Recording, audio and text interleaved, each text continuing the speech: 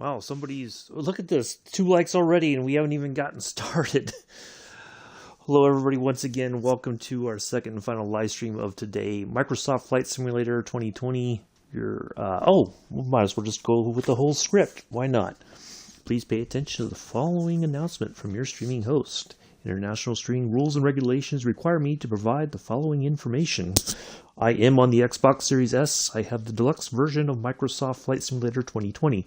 We will be flying the Kitfox Series 5 STI Fox 2 low and slow. We are departing from Keflavik to Vestman.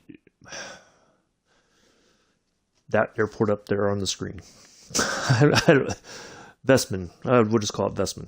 I am not taking requests for flights. My flight schedule is created well in advance and is subject to change based on my own schedule. Mondays, Wednesdays, and Fridays are vintage aviation flights. Tuesdays are jetliner, including regional jets, business jets, any other kind of prop jet or prop service that would be considered regional. Thursdays are military aviation flights.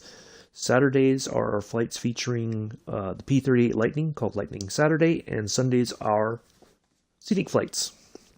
Any other information can be found in the description area below the video. All right, let's get going. So we got 2 flights to do today. We're going to take off from here, kind of head over some scenery, I'm hoping, and then we're going to pop down along the coast to the coastline, and then we're going to come in on this little small airport right there. So hopefully it'll be a nice flight. So let's get in here and get started.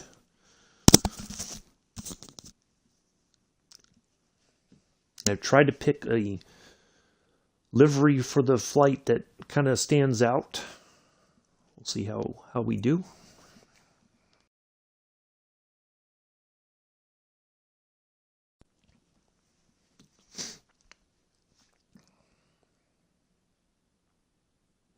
Hello to my 3 lurkers. Well, it was 3, now it's 2.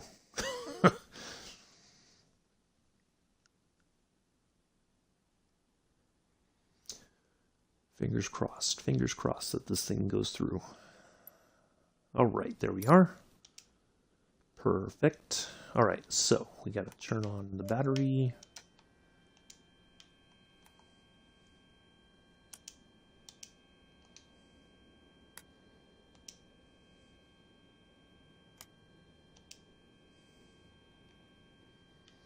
So this does have a autopilot system, so we're going to dial in about 2,500 feet.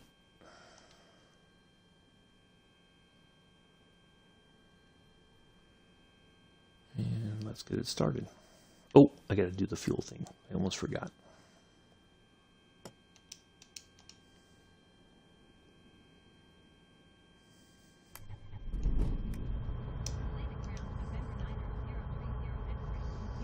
Hello, Mela.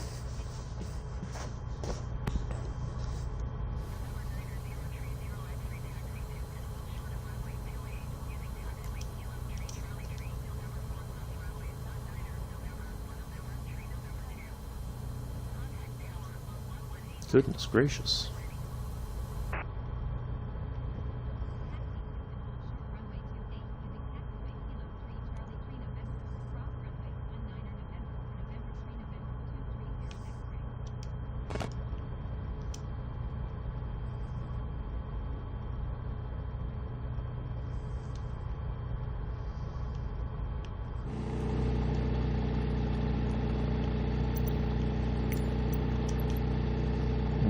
Guideline. Okay, they're already there, so it must be to my right. It's behind us. Okay.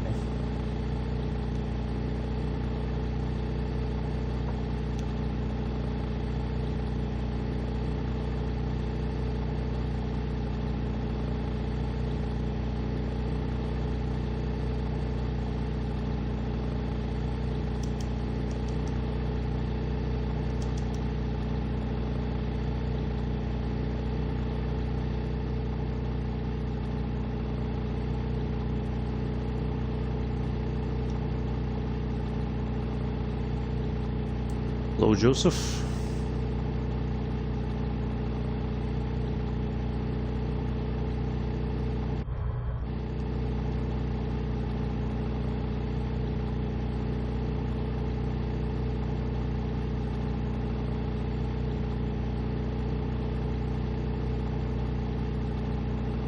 thought we were right near the run ready. Maybe I'm wrong. Oh, maybe we are going to win. Okay. Hello again, Bex. Nice to see you here.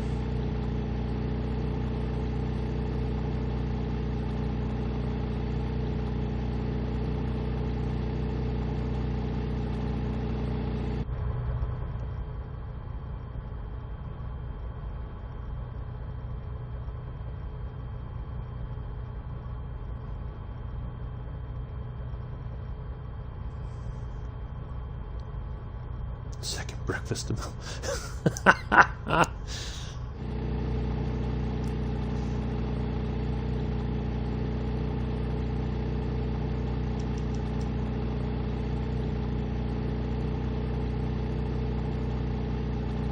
I had Fruit Loops for breakfast this morning.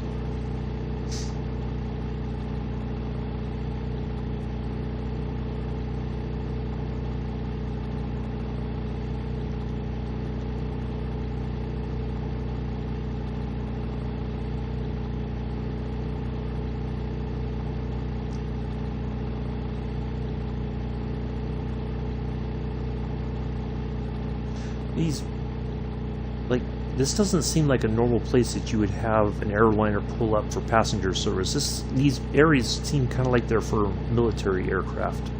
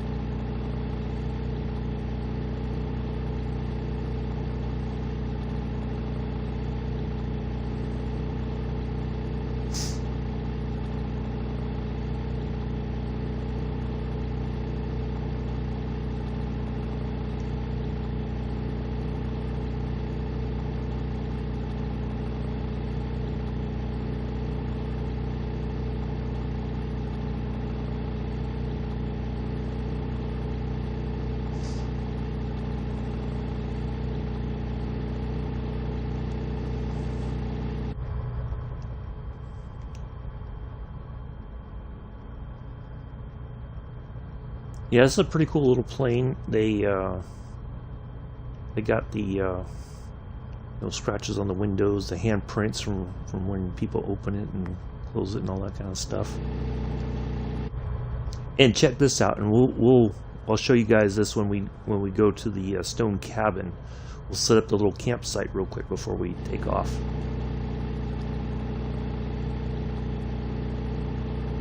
But all the camping, like that camping gear, it's all based on the colors of the livery for the plane. It was pretty cool. So like there's one that's like olive drab, then the tent is all olive drab.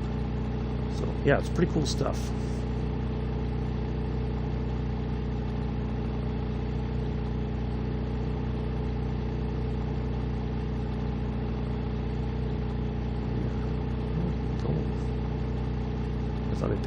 I thought where I picked we'd be right near a runway.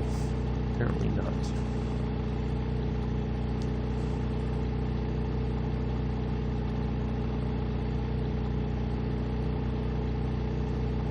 Bex, are you joining?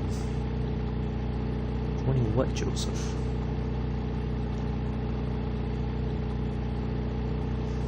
You go with your cryptic messages, Joseph.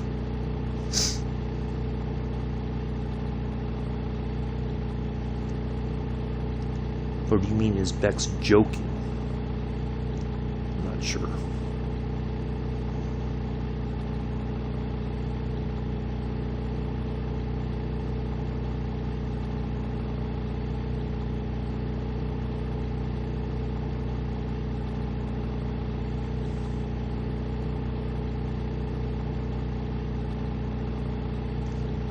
On...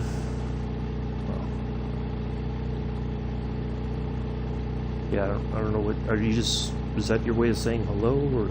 I'm not sure what that was all about. Well, welcome to the stream.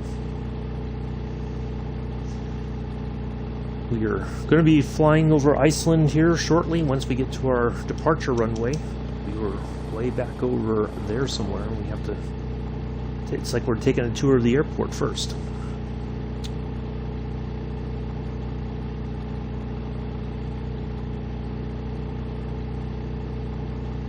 We're going to do this flight, and then we're going to hop over into the west coast, and then we will have a... We're going to take off in this little side. It's a fictional little landing strip called Stone Cabin. So it should be really fun, really interesting.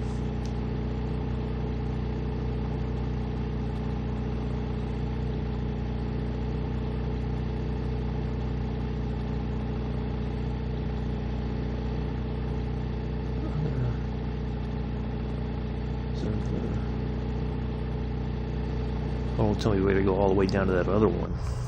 Our end.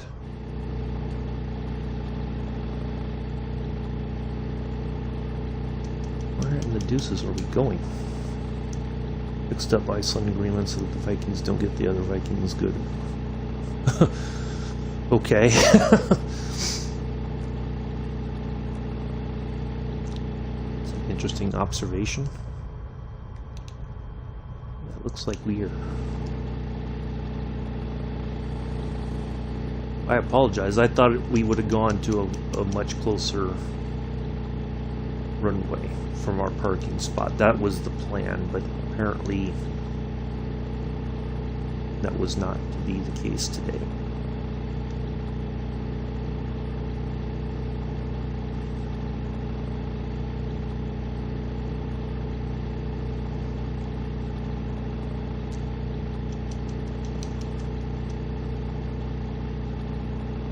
Well, at least you get a little tour of the airport here.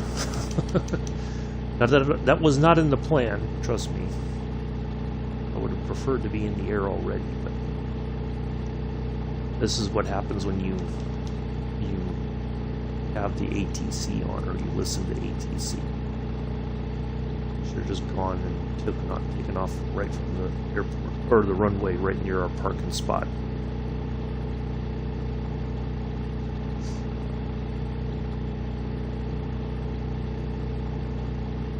Alright, I think we're finally there. There we go.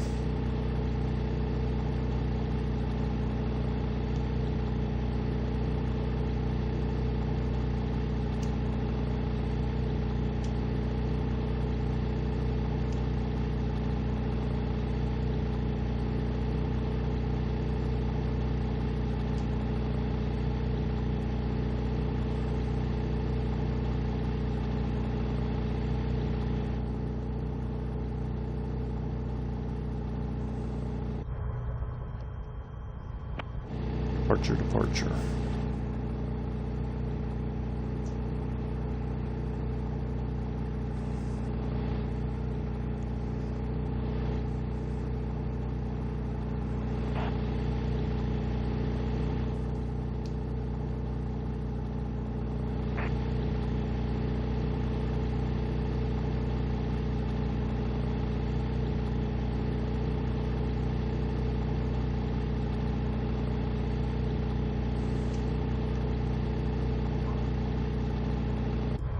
Oh, Bex doesn't have this, Joseph. She has a PlayStation. She doesn't have a computer or anything that can do the sim.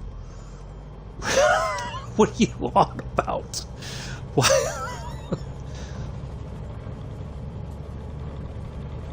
We're not doing... Plus, I'm not doing multiplayer flights today, Joseph.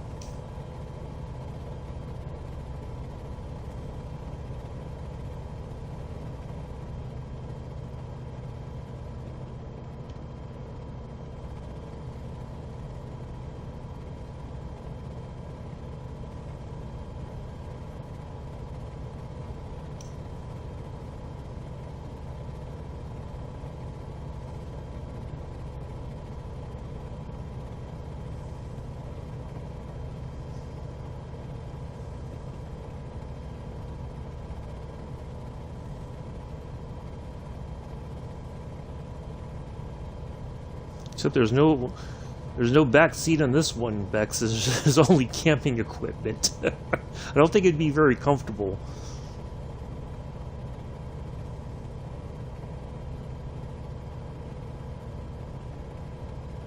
I'm just going to try to get us online here as much as possible.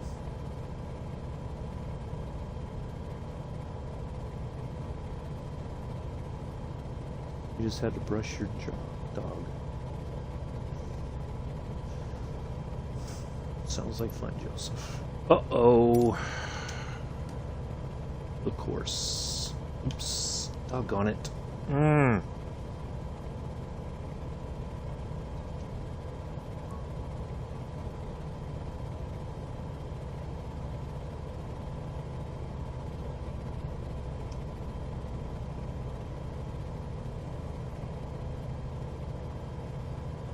This thing does not want to... Trying to get it going the right direction here. It's like overcorrecting.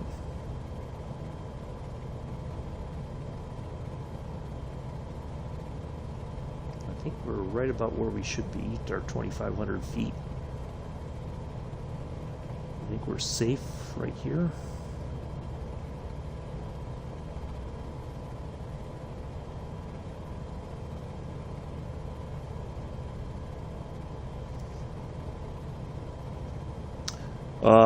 Wing walk. Well, that's what I was trying to explain earlier, Joseph. It's part of this little thing, right?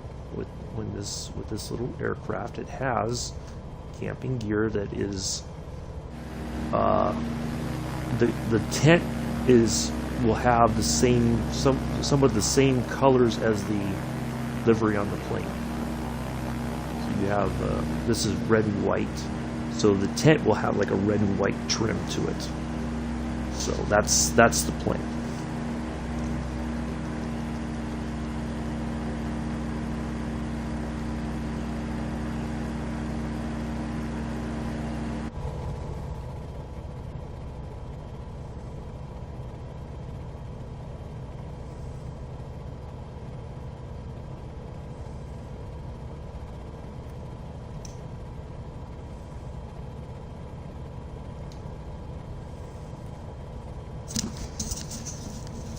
But I'll show you that when we get to the stone cabin.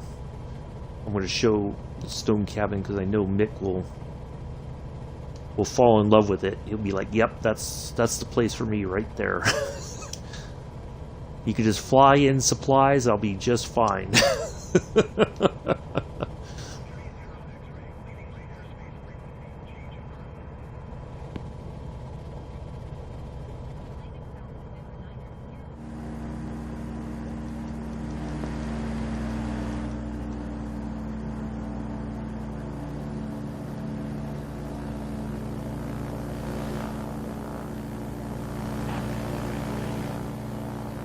See that runway that's kind of off the tail there?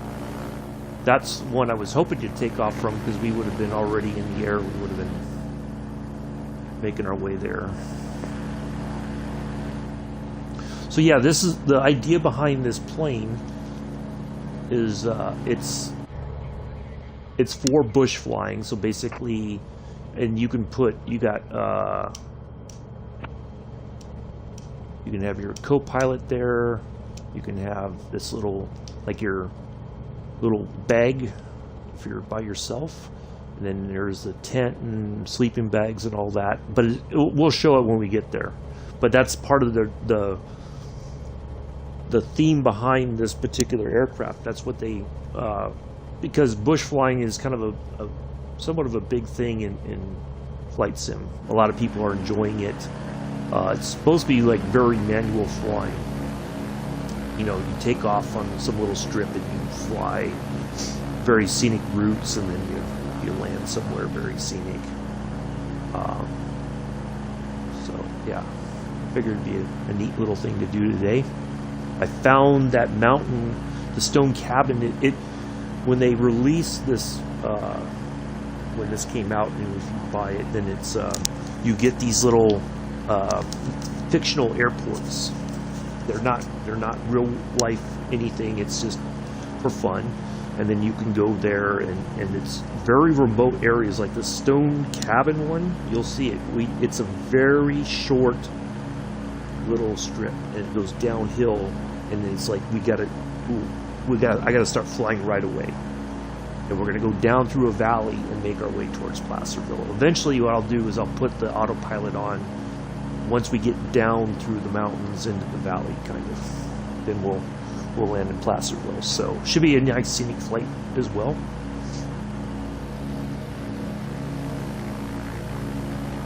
So it should be a nice relaxing Sunday morning, afternoon, evening. Hello again, Mick. We're finally on our way here for our first flight. So I've put in a couple of different waypoints just so that we can kind of see some different scenery along the way. Our first waypoint is an airport. There's 51 nautical miles away. Then we're going to turn and head towards the coast. And then we're going to go to another airport. Then we're going to hang a left and follow that. And then we'll be landing at an airport there along the coastline. So it should be a nice, relaxing flight. There's no markers or points of interest here. So it's just kind of like this very, I'm sure, you know, I'm not sure what this looks like right now as far as if it's covered in snow or if it's like maybe only the higher parts of it are covered in snow. I'm not sure, but I just figured it'd be a nice little relaxing trip. Oh, thank you all for 8 thumbs up. Wow. Feeling the love. Oh! Yes, I just remembered. Story time. I just remembered. Story time, yes. Good thing I was thinking about, like, I know there's something else that I was supposed to be doing today. Story time. So we were talking about nicking things, right? I was making the joke about somebody nick all the chocolate from Bex, because Bex is a big chocolate fanatic. So, many years ago, long ago, when I was in Germany, I'll preface this by saying the unit that I was in, it was a, how can I say it? It was basically 90% alcoholics. Like, tell me a story. Snatch magic. Okay. That's what I'm going to get ready to do. So, you know, if you weren't drinking, you know, you were kind of like suspect, like, what's wrong with you? Why aren't you, you know, consuming vast amounts of alcohol? So, not long after I got there, we had like a battalion function. So everybody goes to this. It's, you know, kind of a big deal. And generally what happens is the first person who, or not the first person, like the newer soldiers in the unit, you are voluntold for waiter duty. Okay? And so you go out there and you have to serve, you know, the food and everything and all that, and then they afterwards, that's after everything's done, all the, you know, they've had dinner and you know, the senior leadership talks and stuff like that, right? Then that's when the drinking really begins. And so they, you know, break out the Southern Comfort, the Jack Daniels, the whatever, all the hard liquor, and then you also have racks of Hofbrau beer, like just these huge plastic racks, and they just bring like 5 or 6 out just to get things started. And so you get like intoxicated very quickly. Well, that's when the sort of the shenanigans begin. And what would happen is somebody would try to do something, you know, from one company to another. It's a little prank, you know, but it was all in good fun. So somebody had taken, you know, each company has what they call a guidon. It's a long wooden stick that can be, you know, can be broken up into 2 parts, and then you have the unit flag, basically, right? With the insignia and the company like letter, so Alpha, Bravo, Charlie, Delta, kind of thing, right? So somebody had nicked the guidon from one of the companies and said, here, take this, put it in this person's room for safekeeping, and then come right back, right? So I did it because I was like, okay, because I thought, sure, why not? I grabbed it, and then somebody took me back to the on post there, and I ran up into the building, put it in somebody's, they gave me the key to the room, I put it in there, and came back, and so then of course people, that's when people start to get a little too upset about it, like, oh, you've crossed a line or whatever, and that's what happened, was that people got a little, like, it was all good fun. It wasn't like anything was going to be happening to it or whatever.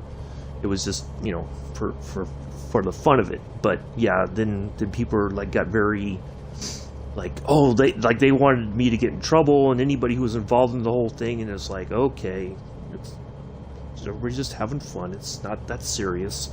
It's not like somebody took your weapon and hid it, and then you're like running around looking for your M16 or something.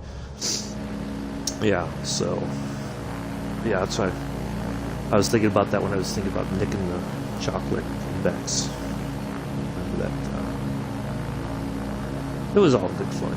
But yeah, we got so drunk though. Oh my goodness.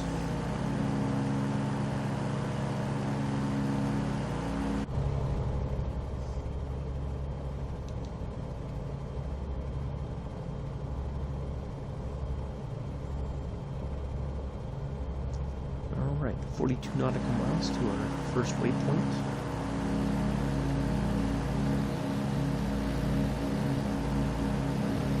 Good times.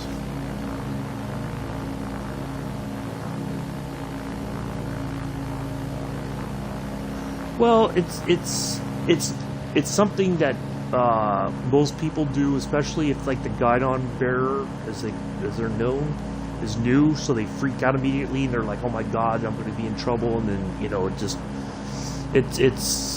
but it's one of those things. It's part of the I guess almost a way, like it's part of your initiation in a way, especially if you're new and somebody says you're responsible for this, and and they instill that fear in you, like, oh my god, like it's understandable, like you don't want the enemy for it to fall into enemy hands, basically, because that's like a war trophy sort of thing. It was, but yeah, it's just yeah, exactly. So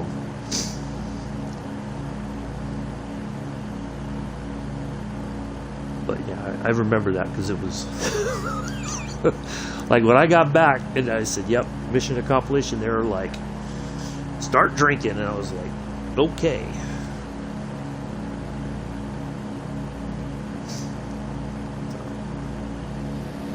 Yeah, that was a crazy night. Battalion Sergeant Major, he had his dress blues on, because that's back then only like senior people had dress blues, and he took his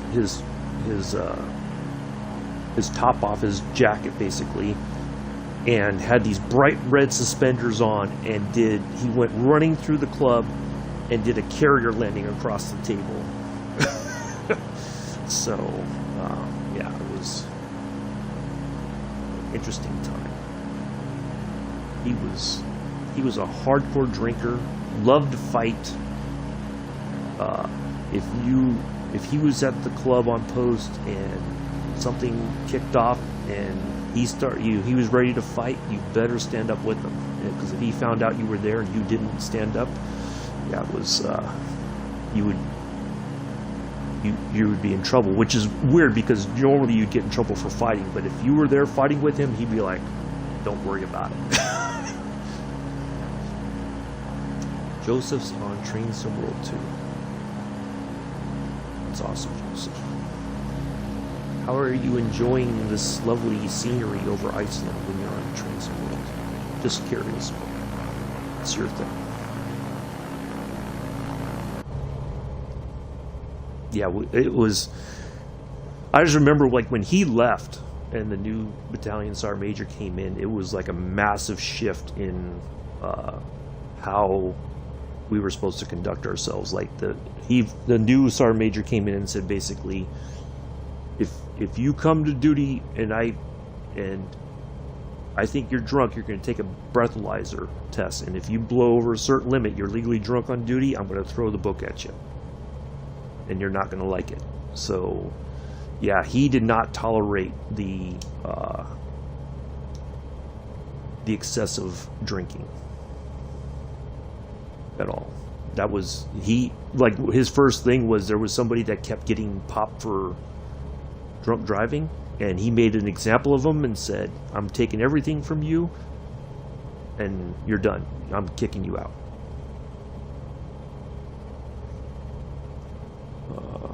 I once put window weights in a guy's medic bag because he wouldn't let me get patient contact. So I said, fine, you want to carry that crap? Here's some extra weight. Wouldn't let you get patient contact. I'm not sure. Are you talking about, like, he wouldn't let you see patients or something? I'm not sure I follow. I'm trying to...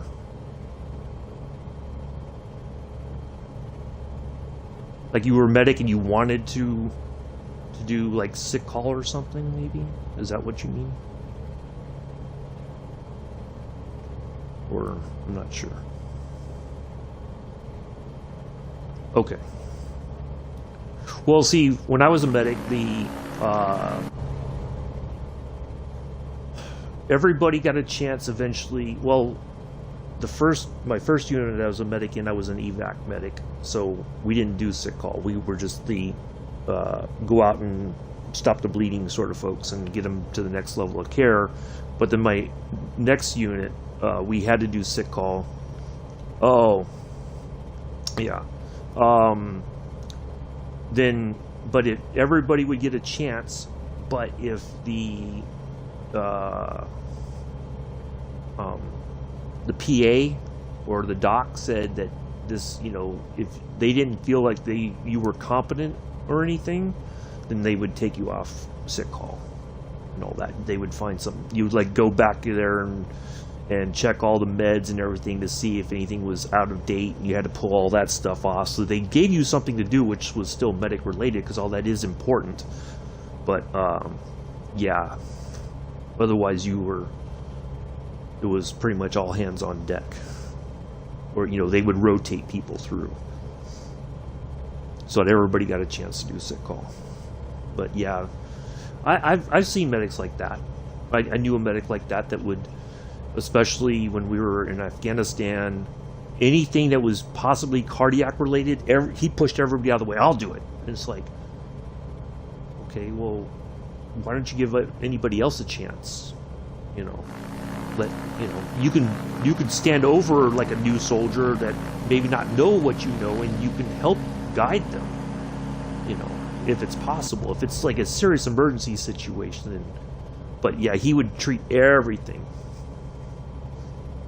Yeah, we had one soldier that had issues with the doctor, that she went against the doctor's it wasn't the doc, it was our physician assistant, and he had seen the patient. She presented the patient. He talked to the patient, and then she went back and said, I don't think the PA is right. This is what you should do instead. And he found out about that, and so he said, she's not going to see patients until I say she's learned her lesson. And she took that as we were hazing her or something. It's like, no, the PA that's his direction. He has the authority to make that determination. It's not, yeah, she got all butthurt about it, and she felt it wasn't fair and all this other stuff. And it's like, well, you shouldn't have, when you did that and you countered what the doctor had said was the problem and told the patient, go pick up these medications and everything else, that's where you cross the line. If you could have presented the case and you were certain, then the doctor would have listened to you. But you presented it. The doctor said, no, this is the diagnosis. this is what we're going to do for him. So yeah, she did it when we were deployed as well. Like she told a patient that she thought the patient had nasal cancer. That's what she told him. She said, I think you've got nasal cancer. And so when she presented the patient to the doc, she told the doc, and the doc says, no, it's just polyps. This is what we're going to do. It's not anything serious. It'll clear up, because, a lot of people, they get them because of all the dust in the air and stuff like that. But she was convinced that it was nasal cancer. So, yeah. And he had to, once again, and it was, because we were in a joint aid station with a bunch of different docs and PAs from all over our aviation battalion, or our aviation brigade, I mean. So you're working with a lot of different providers, and it's good because you're learning something from everybody. But she, and the doc that she had presented the patient to, he was like this very easygoing guy. He was an MD, and he said, nope, it's not nasal cancer. This is what it is. He told her, afterwards, he said, this is the diagnosis, this is what you saw, and this is what it is. She was still convinced the guy had nasal cancer. Yeah. Well, and most of the docs and most of the providers I work with, they said, when you come to me, I want you to give me 3 different possible diagnoses for what you see is going on with the patient. And then we'll work through each one. If it's not super serious, right? We'll work through them, and so that way I can see where your thinking is coming from, and then I can help you learn how to better find what's really happening. But but that was a way that they wanted the providers wanted the medics to learn how to diagnose the patient, because then if it was simple stuff, you could go and say, hey doc, this is what's going on, because they want you to be competent enough that you are not that you can find the little stuff, so the doctor doesn't really need to see. If you say, this is what's happening, this is my recommendation, they'll say, okay, 3 days of sick call, bed rest or whatever, come back on the the last, the very next morning after your bed rest is over, we'll check you out again, and if you're fit for duty, then you go back to duty. If not, then we'll see what else we can do. But yeah, they wanted you to be somewhat independent, as long as they felt that you were competent enough to be independent. Because if you had to go out and to an austere environment and take care of 30 people, for instance, they wanted to know that you could handle that responsibility. And if they felt you couldn't, then you were never going to get that opportunity. You would always go to more competent medics. Wow, the moon is... that's interesting. It's almost like it's a full moon, but it's just like a half moon. Huh. Yeah. I miss being a medic sometimes, but... yeah, it was fun. It was fun. We're flying over Iceland right now. We took off from Keflavik. I'm probably pronouncing that wrong. And we're heading to, it's called Vik Airport. We're just taking a little tour here. We're on our way to another airport ahead of us. We're just going to use that as a waypoint. And then we're going to turn towards the coast a little bit, and then we're going to fly along the coast, and then we're going to land here. So yeah, I did a lot of sick call when we were in Afghanistan, because I became a medic much later. I wasn't always a medic. I reclassed much later in my military time in the military, so I was already a sergeant. And so when you're a Sergeant E5, they expect you to have all this knowledge. And I would say, I'm still learning, and I'm willing to learn. And so I did a lot of sick call. I would see as many patients as I could, because I wanted to continue to learn. And but then that meant other people would get lazy, they would never go out. And we would have some days we'd have a bunch of people, and it's like, well, let's get everybody out here to help out, so we can get the serious people started, and then the minor stuff, somebody can just kind of talk to them and see what they can do for them, and send them on their way. But yeah, and plus what I noticed too is we'd have people like in our aviation maintenance company they would come in and start making demands, and it's like, well, that's not your place. We'll see the patient, we diagnose them, we'll try to do our best to take care of them, but who are you to come in and try to tell the doctor or anybody how to do their job? I said, you wouldn't like it if I walked into the hangar and started to tell your guys or your soldiers how to do their job. Well, no, I wouldn't. I said, well, then why do you feel it's okay to come into our area and tell us how to do our job? So yeah, there were some people like whoever was most senior provider, they would say, yeah, this person is no longer welcome in the aid station. I don't want to see him here. So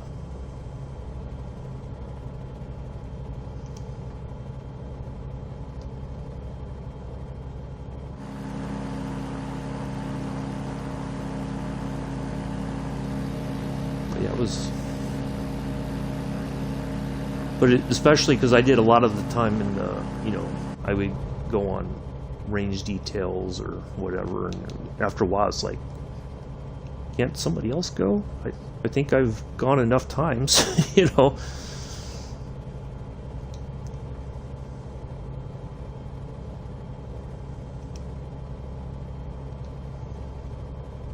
But yeah, I miss it kind of, but not there was just so much silliness because we had leadership, especially in my last duty station. We had leadership that just thought medics were like, one person suggested that we were selfish people. Oh, thank you so much. I appreciate that. Thank you for your service. Yeah, we had people that thought that we were selfish, and I'm like, I don't think that's the case.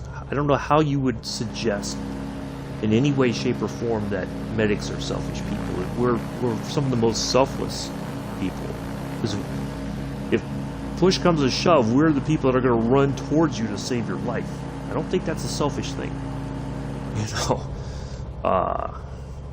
Yeah, or they would, there was one time we were in the field, and it was kind of a field exercise that was, they tried to make it into something fun, like they were like, oh, we're going to have family day while we're out here, and we were like in the middle of this field that was it rained, it was all muddy and stuff, it was just like, ugh.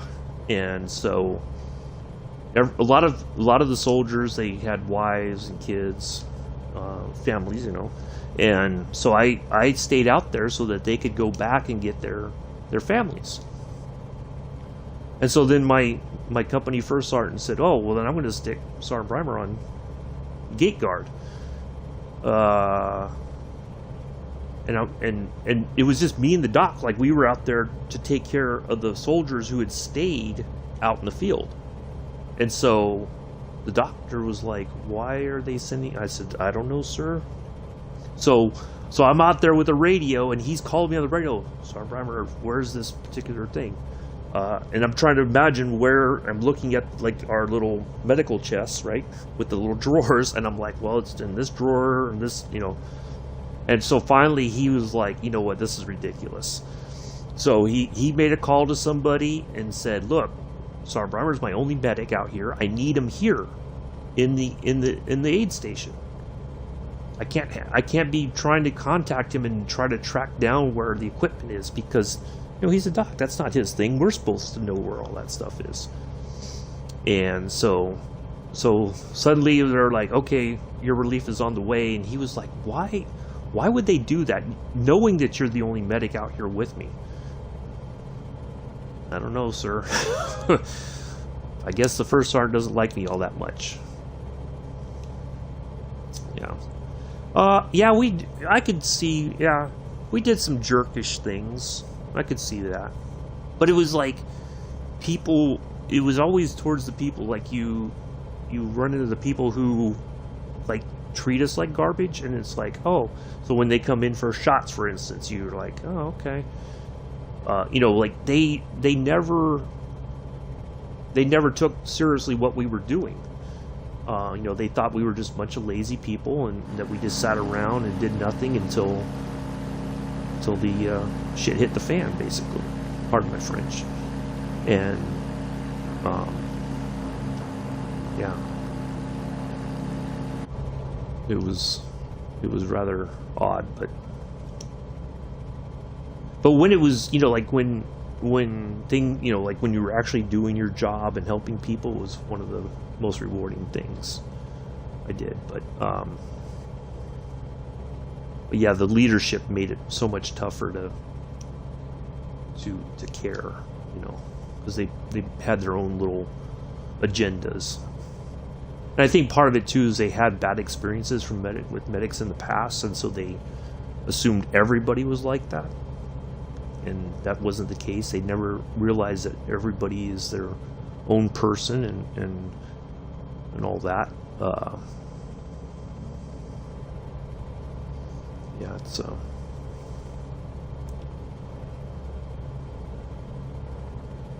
but I love the stories. I love, you know, because I would tell stories and people would get very queasy about it, and you know, because I could be very descriptive if necessary.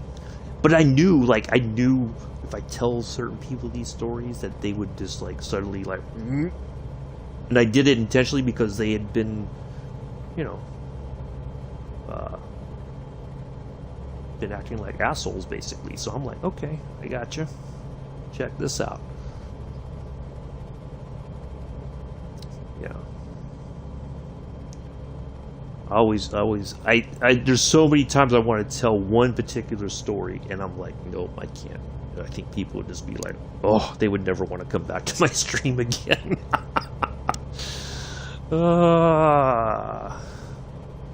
They have a bad experience, but as a higher up, you crap all over the position. Yeah. Well, part of it too is what I noticed, like when I was in a medic company, like the first sergeant was a medic. Well, at first, when I first got to the unit, our first sergeant was a truck driver, so she had no idea about what medics needed to do to maintain their competency or to grow as medics. So when she left and we actually got a medic first sergeant, the training changed and everybody was like, now I'm learning and I'm growing as a medic. You know, that's what we need. You know, for every sergeant's time, it would be like, we're going to go out and set up these tents and we're going to keep practicing. It's like, that's not helping us be medics at all. You know? But yeah, but then my last duty station, we were just a small section of medics, maybe half a dozen, or maybe about a dozen of us, depending, at any given time. And our training was like, you had to like pull teeth to go through the for your EMT recert. You know, because you'd be coming up that you had to get it recerted in a certain period of time, and they'd be like, well, you're gonna go when we're ready to let you go. Like, no, if I let this expire, then I lose my MOS. I'm not gonna lose my MOS because you guys are playing these little games. You know, I didn't go through 4 months of training for you to screw me out of my MOS. And it's not something that we can just do on our own time. We have to go through the lane training and show all of our competency. Yeah, they really didn't. It was like they would. Yeah, it is, and it was like you would have to. Somebody from higher up in, you know, like brigade med ops would have to call the company and say, we're sending the soldier to training. That's it. End of story. You're not, we need every medic qualified, you know, and to maintain their qualifications. But yeah, there was a lot of stuff that happened. It was just like, why? You know, what? Yeah. Like I met, there was a staff sergeant that she was in the IT department. She said, well, I should be doing my research but I'm doing something else. And I'm like, So, but you went through all this training to be an IT specialist, and you're saying that they haven't sent you for your research? Like, that doesn't make any sense. Like, they spent all that money training you. Why would they just let that, go? Yeah, there was, once you remove, yeah, because I think that was one of the things, especially during all the deployments, people got so, they lost track of what needed to be done to take care of the soldiers, and especially with their jobs. If you wanted to change jobs and you could negotiate that, and say if you're up for re-enlistment, you'd say, I want to go do something else. Can I qualify for like some kind of different training, maybe change my MOS because I think I don't want to do this anymore? That's one thing. But when you have leadership it seems purposely trying to ruin the time that you'd already put in, that you'd invested in, the military invested in you. It's not just that training costs money, so but yeah, if the medic was really that incompetent to the point that they would call Fort Sam and say, we need this medic's license revoked. We don't want them to be medics anymore. If it was that serious, then that was the option. But that was, the providers decided that, to say, we've seen too many things from this medic. We don't think they're competent enough to be medics anymore. We tried to retrain them and get them on the right path. And so, yeah, they wouldn't... they would just basically like, no, we're done. So, yeah.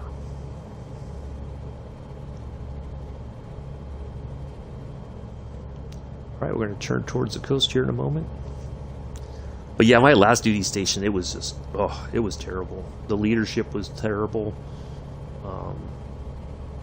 Yeah, it was just,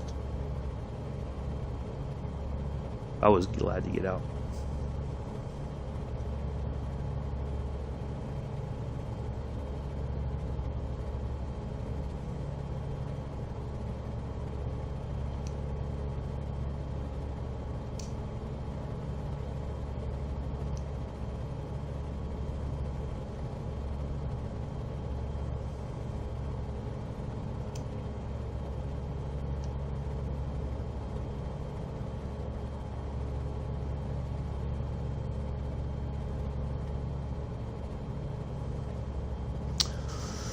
Alright, well, we're going to turn towards the coast here, and then once we get down there, should be a short little run to the coast, and then we're going to turn, we're going to head towards another airport along the coast there, and then we'll turn again, and we're going to follow the coastline to our destination, and we'll pop over and do this little bush flight.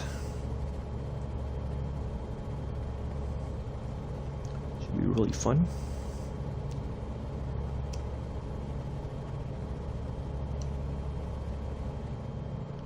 And then we'll wrap things up for the day.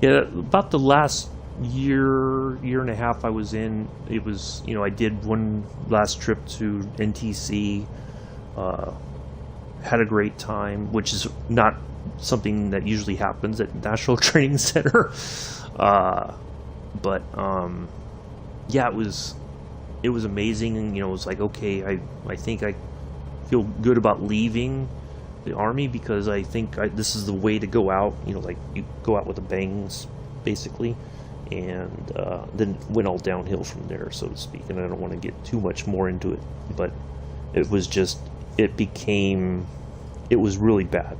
My last year in the Army was really terrible, and I'm like, I know I'm making the right decision by getting out of here. This is like, if they can do this here or do this now, then they can do it anytime they want and treat me badly anytime they want. And I'm like, no, I'm done with that.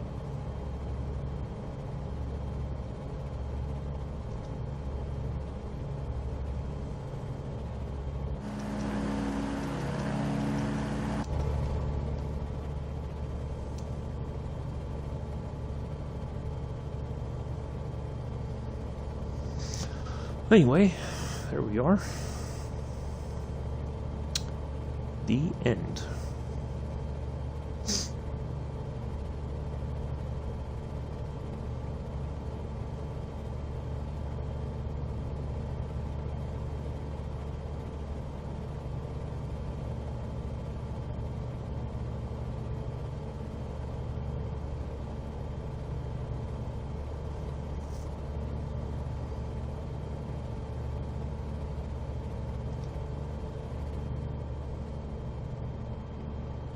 Alright, there's the little airport that we were.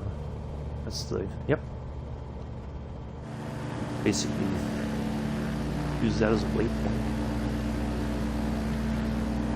It's a cute little airport. There's a lot of these little airports around here. Some are dirt, some are paved. I think some are grass.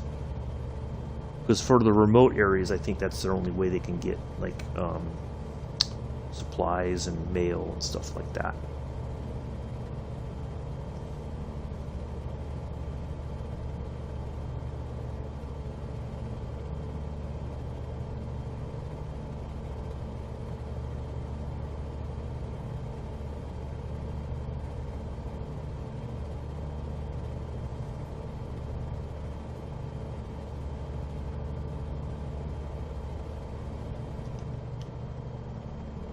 So that's a good thing about this little plane is it's got all these, you know, it's very, the cockpit is very open, you know, window wise, you can see pretty much everywhere. You know, there's not, the views aren't really blocked by much other than the struts for the wings. So yeah, it's a very good plane to fly for sightseeing, I think, which is what bush flying is really kind of all about.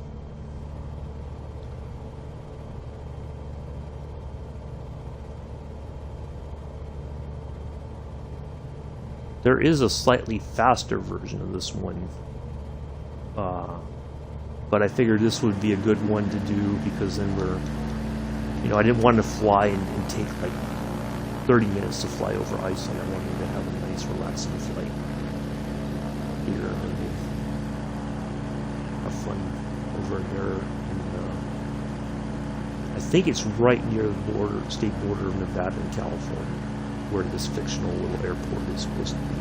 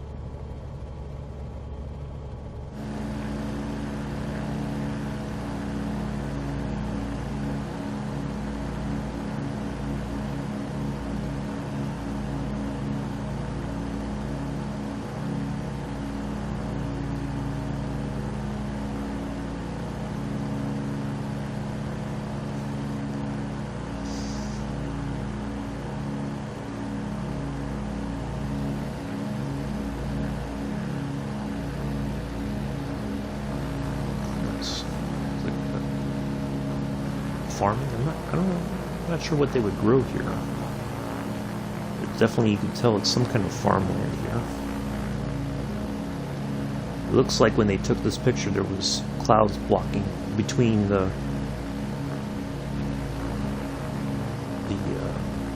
whatever was taking the pictures on the ground. You got these weird dark splotches on the ground. It's almost like there was a fire there or something, but it's little patches.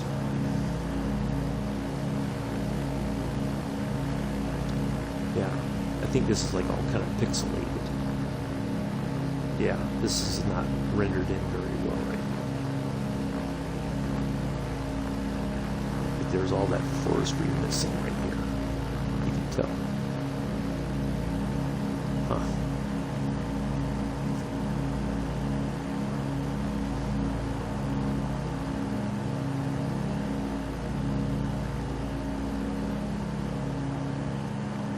Appreciate everybody coming in and hanging out. Thank you for the 8 thumbs up over here on the YouTube channel. Hopefully everybody's enjoyed the story time and the flying. Ooh, we need to turn a little bit more.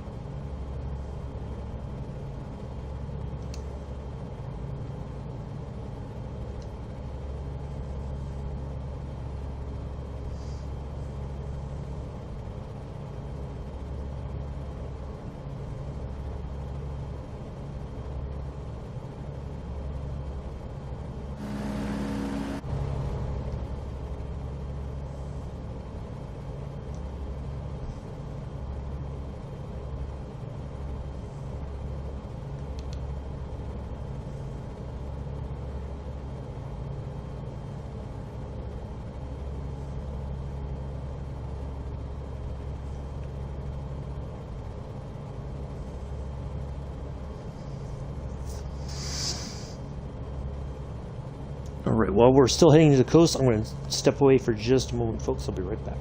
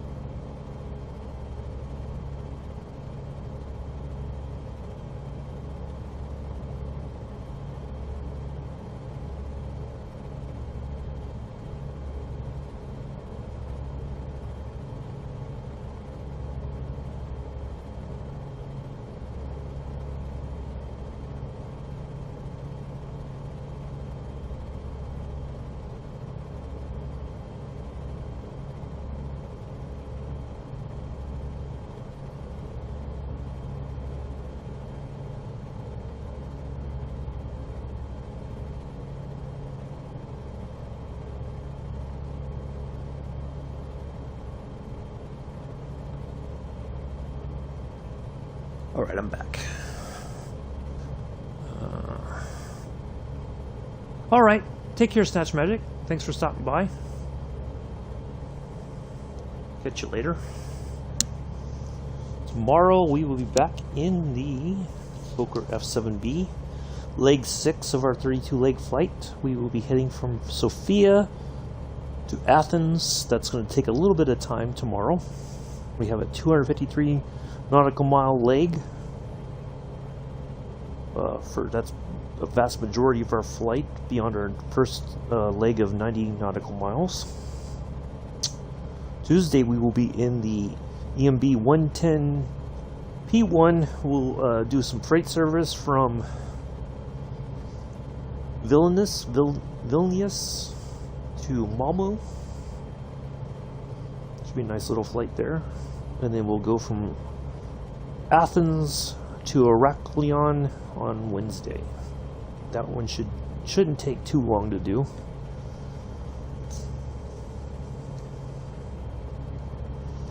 Yeah, got some good stuff coming up.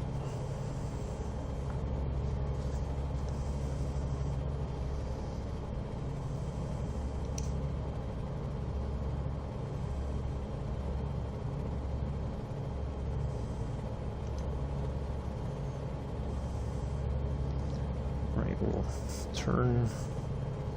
head down the coast here.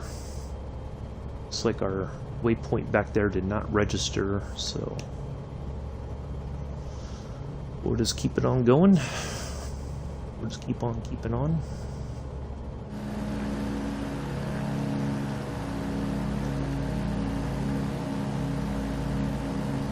We'll be there before we know it.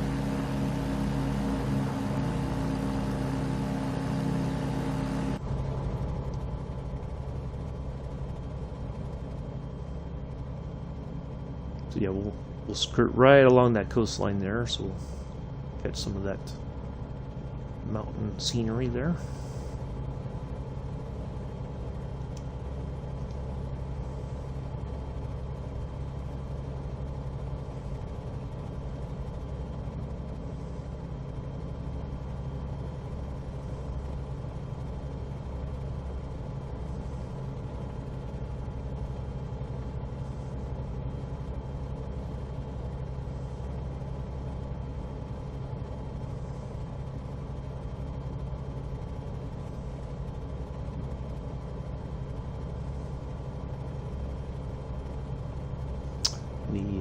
apparently the PMDG 737 will be released tomorrow on the PC side.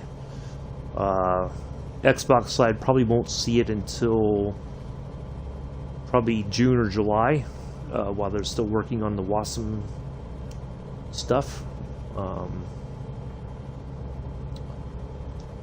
But yeah, that will be released soon. Everybody's really excited for that.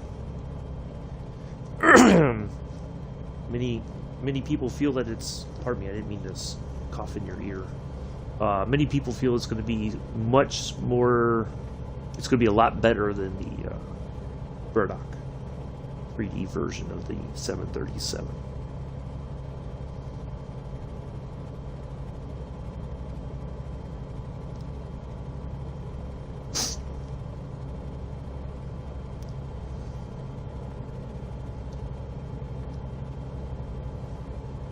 So from what I understand, it's supposed to come out tomorrow on like the usual third-party websites where you can pick up that stuff and install it on your PC. For the InSim marketplace, it'll be some time before it goes up there.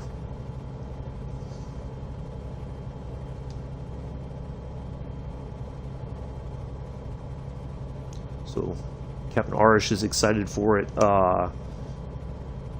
So he said he may cancel if it comes out at a reasonable time. He'll do a flight in it before we'll hold off on the around the world tour, because he's really wanting to check that out and check out the 737 from PMDG.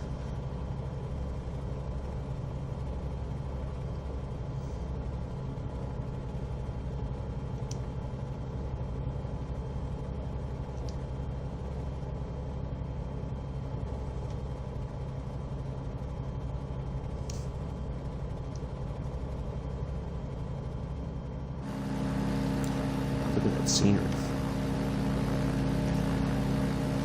Trying to see if I can pick out there. Oh, there it is. There's a little airport there. Paved landing strip.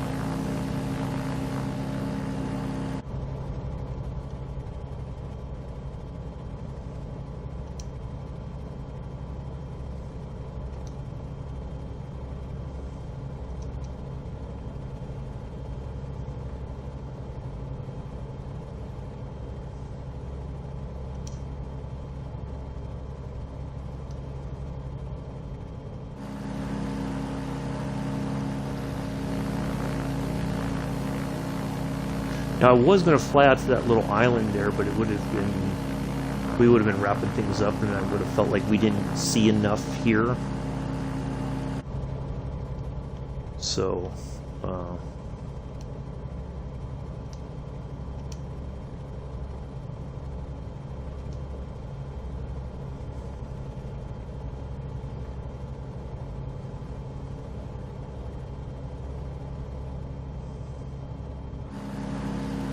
look at that scenery.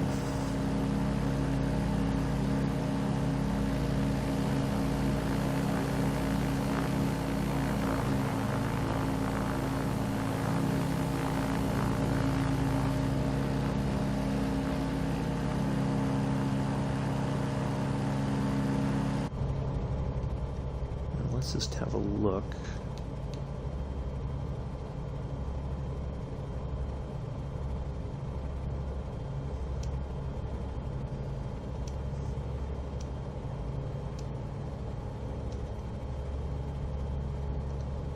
So it's between.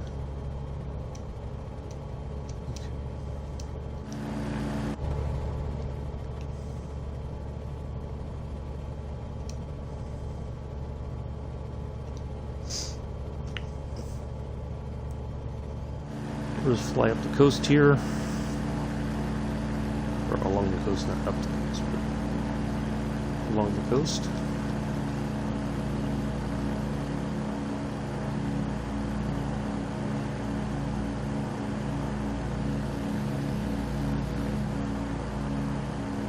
once we land. The airport is once the way this coastline goes, there's like a little break. It's almost like there's an inlet there, and then the airport, I think, is just on the other side of that, up there in the distance. So we'll once we get it down there and park it, and then we'll hop over onto the west coast of California, near Nevada, going into California, and get that flight done. We'll be done for the day. Thank you all once again for coming in and hanging out.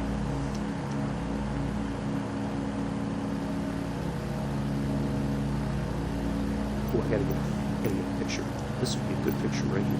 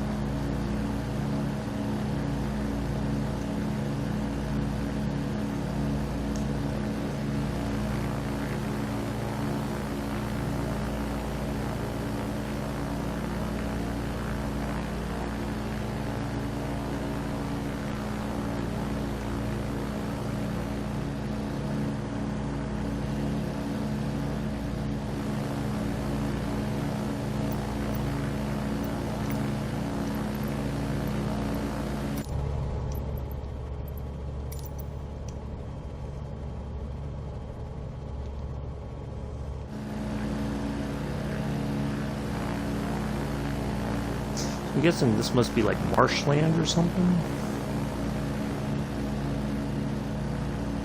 Right here on the coast.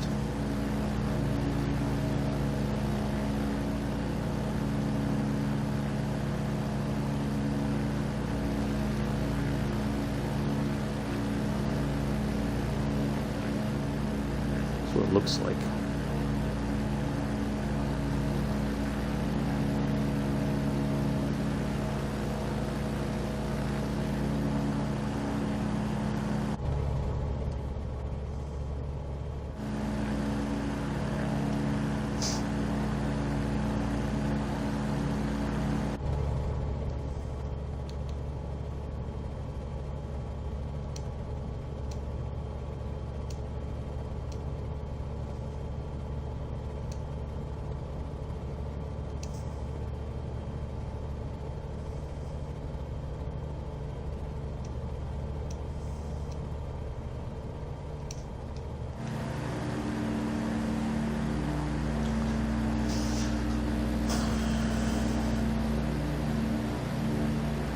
I'm surprised some of this isn't like a place of interest. I mean, there's got to be like glaciers or something that are like points of interest in this area.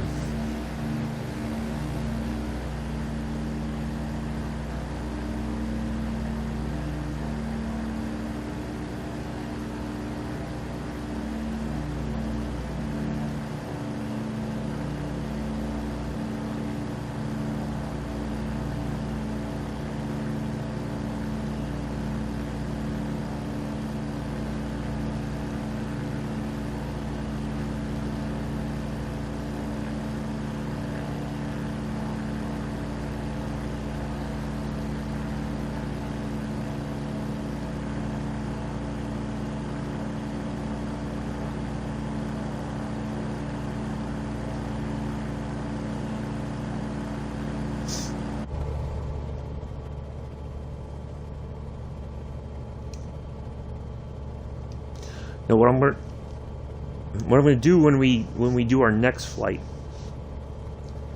is I want to put some waypoints that will help me navigate through once we take off and head down through the valley, which way to go so I can turn towards Placerville, correct, get a correct heading, and then once we're at a stable location, be able to turn on the autopilot and get the plane kind of settled down, but at first we're going to be flying kind of manually. So we'll be flying inside inside here at first. But you should be able to see a lot of the scenery. But it's going to go by kind of quickly. It'd be kind of hard to do it out here because I think when I fly out here I tend to overcorrect a little too much. So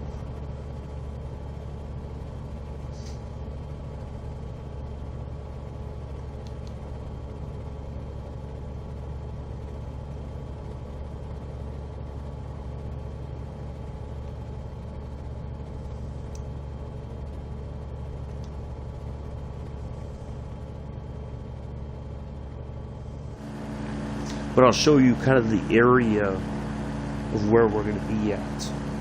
Kind of give you an idea of the lay of the land, so to speak, before we take off.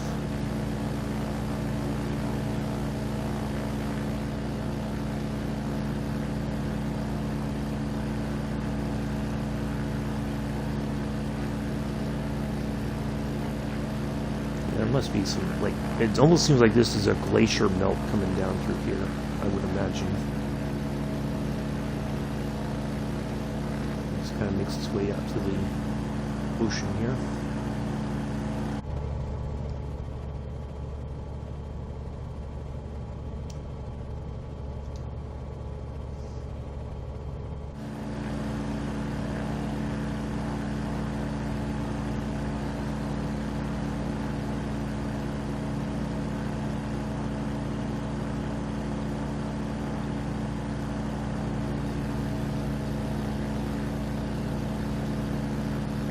We'll come back here one day and we'll do a flight.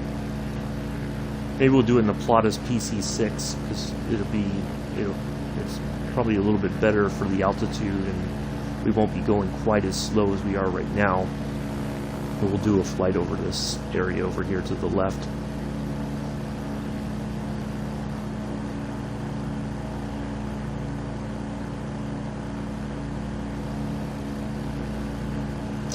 Wasn't sure what to expect on this scenic flight today. It was just seems like it'd be something fun to do, someplace different.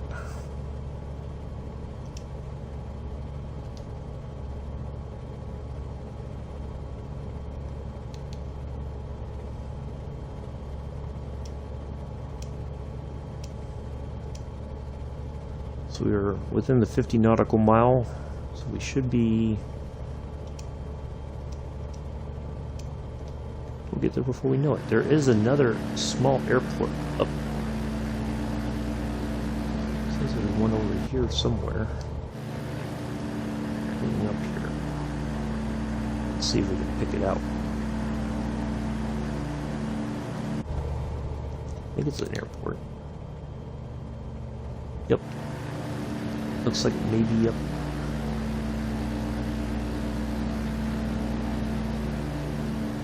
It's up in here to the left somewhere.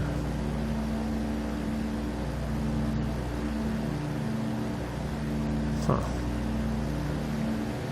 Might be a little dirt runway or something. It's gotta be like right up over here.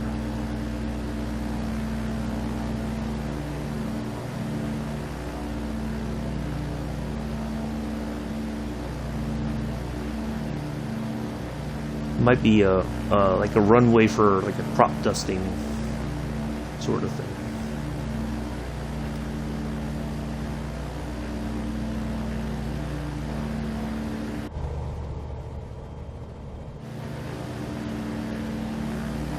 Yeah, it's up over here somewhere, but I don't see it. It's not easily. Be like right off to the left wingtip there, possibly.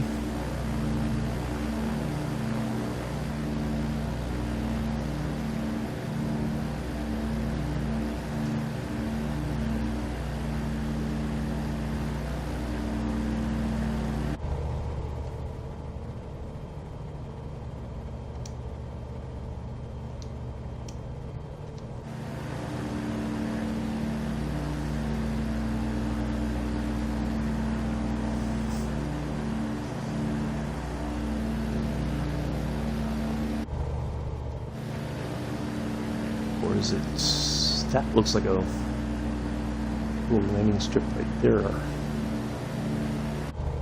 Let's see the way that it says it's back here somewhere.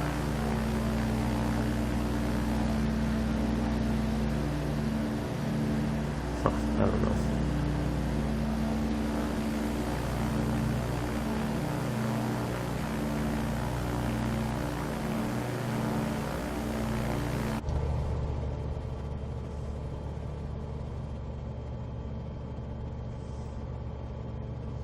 Now check this out.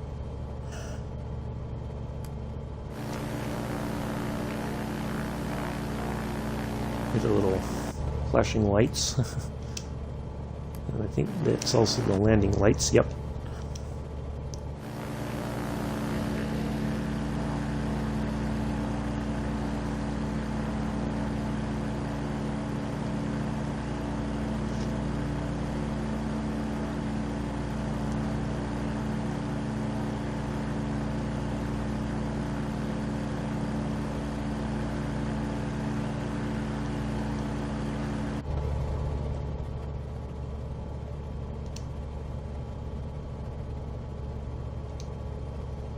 Alright, we should be, once we're past this point coming up here, then we should start being able to eyeball our little runway. We're going to try to slow down quickly, and we're going to go right on in. Because it's not a, there's no tower or anything, we're just going to go right on in and land there.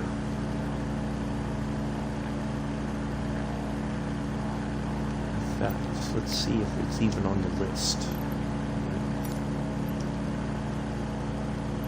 Yeah, there it is right there.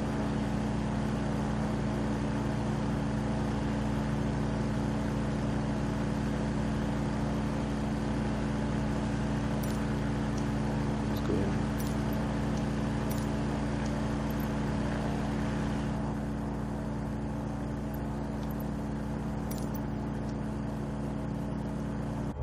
Oh, 12 miles.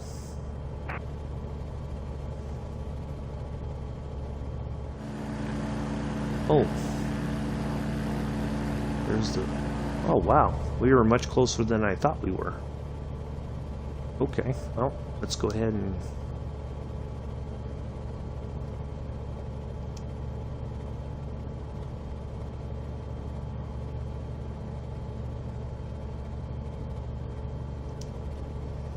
Alright, well, let's go ahead and start slowing down.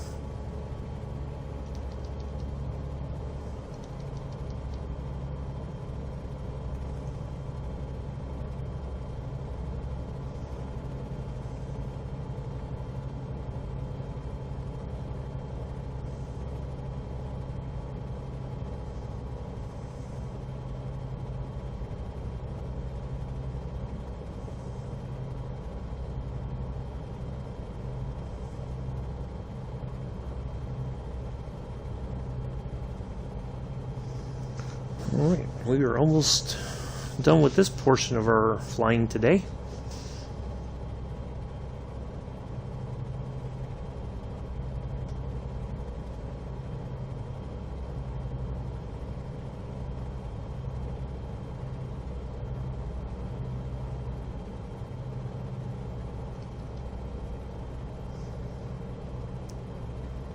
Now, one of the things I tested this, a couple of different versions of this plane out, and the higher speed one, I think they need to adjust the RPMs because it's you can't do it like, you know, like we do in like the Fokker F7B or the Junkers, where you adjust the you can adjust the RPMs with the pitch control on the propeller. So it's kind of a weird plane to land. It doesn't go quite the way you think it will. It's easy to get to run off the runway if you don't. So it's a bit of a practice as well. All these aircraft, it seems, just have very little peculiarities about them. trying to find those and figure out how to deal with them is the... Oh, thank you, Amela. We got one more to do after this. But yeah, some really nice scenery. We got more nice scenery coming up here. Mick, get yourself ready for this stone cabin. You're gonna fall in love. I can guarantee it.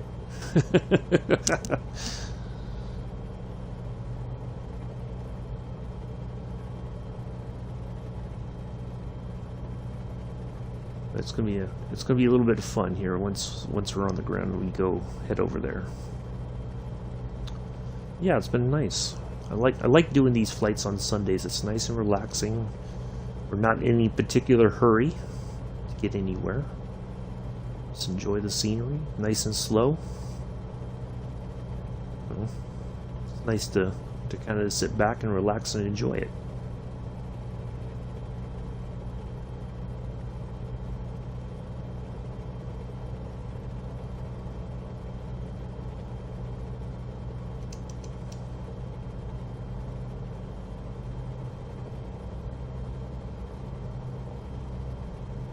I really wish I had it. Man, I tell you what, if I had the money, I would get the yoke and throttle. It's so difficult to try to control because there's wind coming from somewhere that's blowing us all over the place, and trying to just keep it under control with just the thumbstick is a bit difficult sometimes.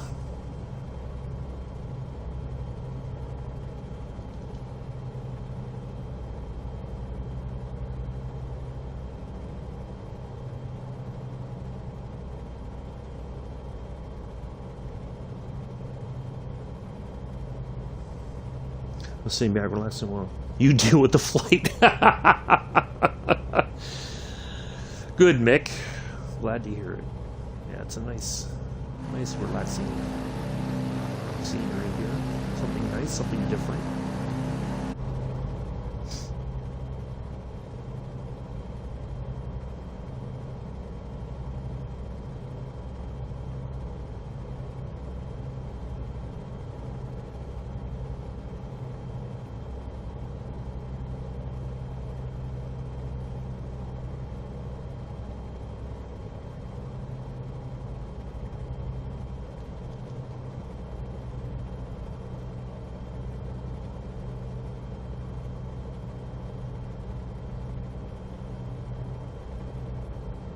Yeah, I'm just thinking, the more I fly, especially these little things, because the bush flying would be even better if I had a yoke and throttle, because I could fly it basically manually for a vast majority of the flight.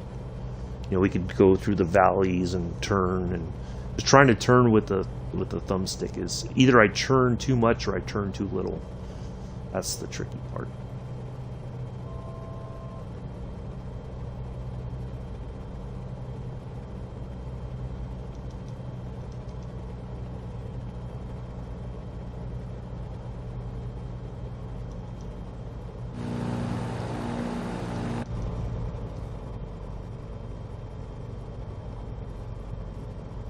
We're not going to follow that guideline. We're just going to go straight on in here.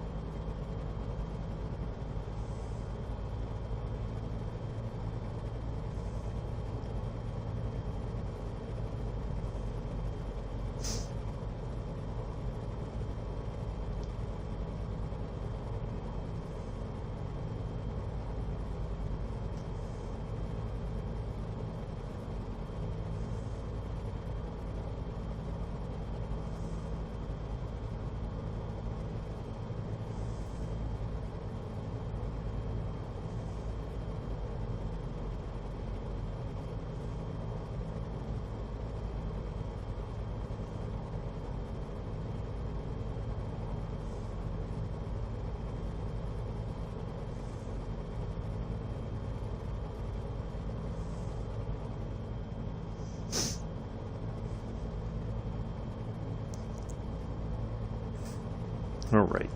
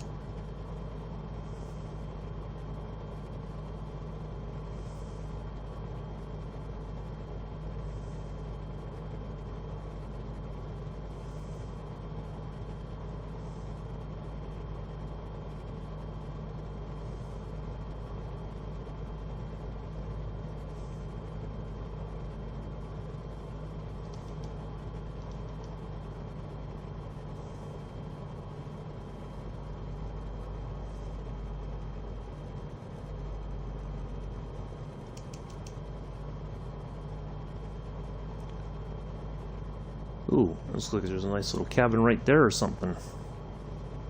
Looks like more than a little... Looks like a pretty big house, maybe?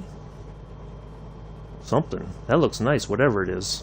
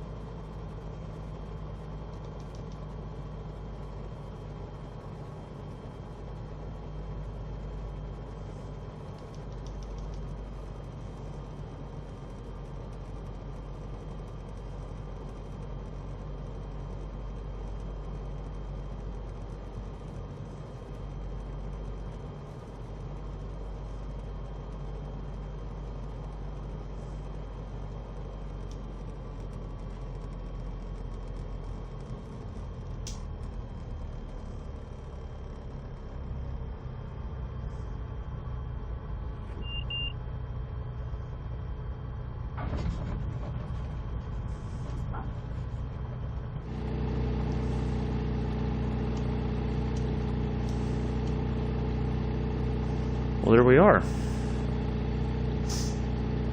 I'll get down here to the end and we'll pull off. Yeah, I'm not sure what that is over there, but it sure looked nice.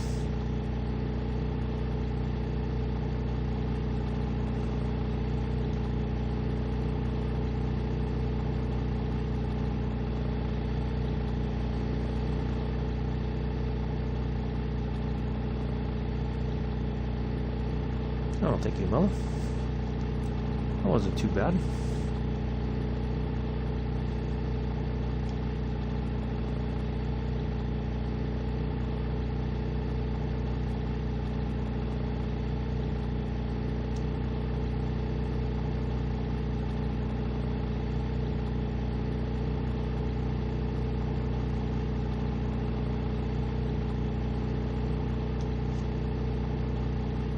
Alright, let's see if I can...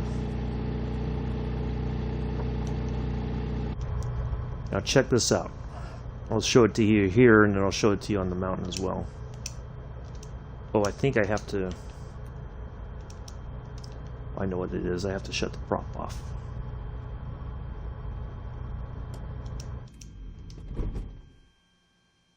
There we go. Can't do it with the prop on. Oh, maybe not even here. Ah, doggone it. Oh well. We'll show it up there. It should show up on the mountain. Alright, let me make sure I update my flight hours.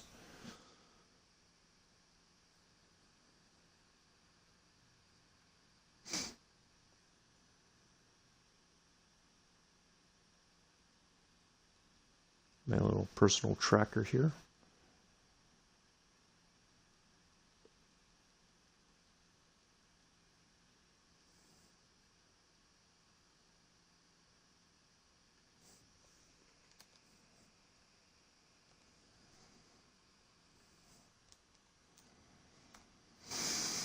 That is BIKF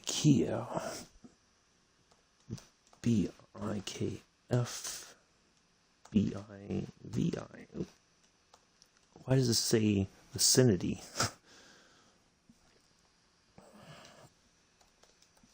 Oh, 1912. All right. Our next flight is from 42 to KPVF. Oops.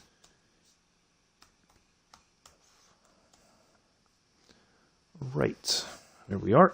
All right, let's go on and let's get ready to do some fun flying here. It's going to get a little bumpy. Everybody get their sick bags ready. We're not going to go inverted, though, I can promise you, because this plane would probably just crash very quickly.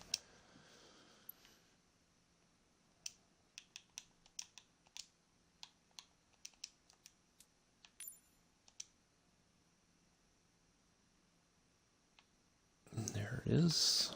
We're going to start right there. Depart. We're going to change the time. It should be like 7 something in the morning now. 7:20ish. That should be fine. We're going to KPVF. Placerville. Right there. Arrive. All right. Let's do this. So it seems like we're kind of almost in California. We might be in California, but I'm not sure. I'll just say we're in Nevada because we're probably close enough to the state line. All right. Here we go. Get ready, Mick. Get ready to fall in love.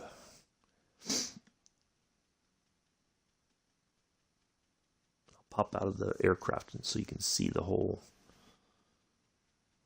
everything. All right. There it is. There's your stone cabin, Mick. Check this out, though. Let me go zoom in a little bit closer. Oh, no. Why did the plane shut off? Oops, daisy. Did they do something? So there's the cabin. They're up here on the side of this mountain, right? Look at that view.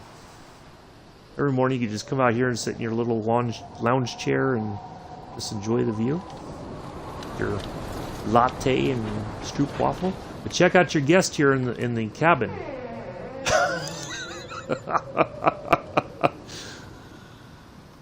You got a little pet here, Mick, that you're gonna have to take care of, though.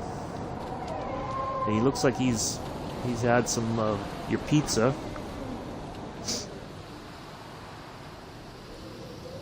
There is no little loo or anything here. There is a little fireplace, though, to stay warm, but not sure where you would go to the loo. That's the only thing. But, yeah. So there we are. So we're going to take off. Basically, we're going to take off right from there. Oh, I didn't put the stuff in, did I? Doggone it. I forgot to do that, didn't I? Alright, let's get back in here and get the plane started back up.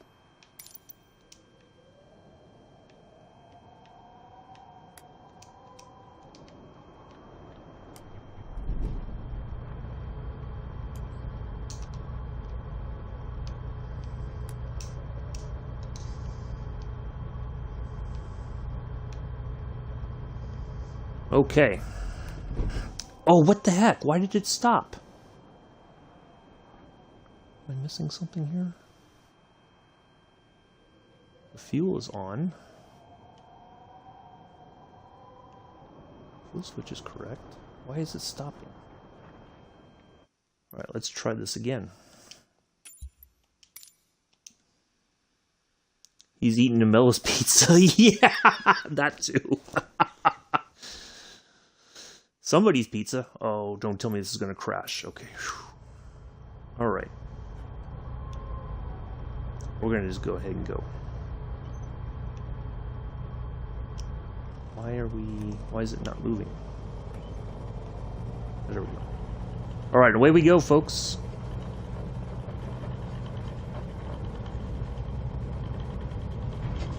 Whee! Oop, up, up, up, up, up, up, up, up, up, up, up, up, up, ba-da-ba-ba-ba. Away we go.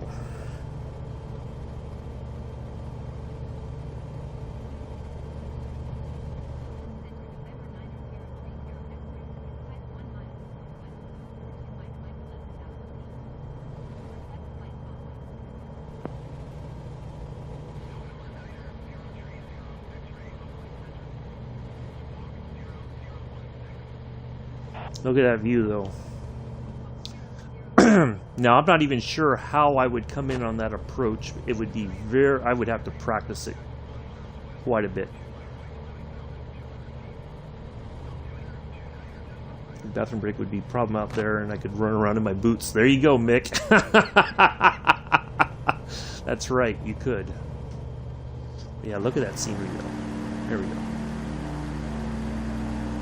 We'll leave the flaps down a little bit just to help.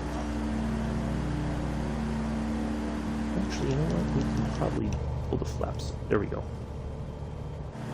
Now look at that scenery, though.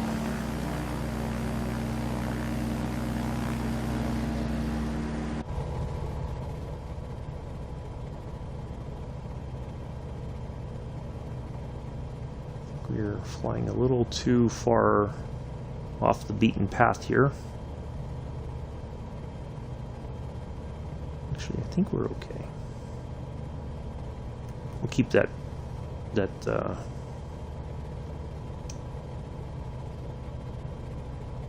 our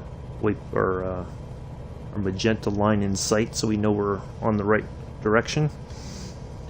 Yeah, there we go. So this, like I said, that little Stone Mountain Airport came with this little plane. Oh, I didn't check. Well, you know what? I'll show you in the thing. You'll see all the equipment. I was hoping that it would be there automatically, but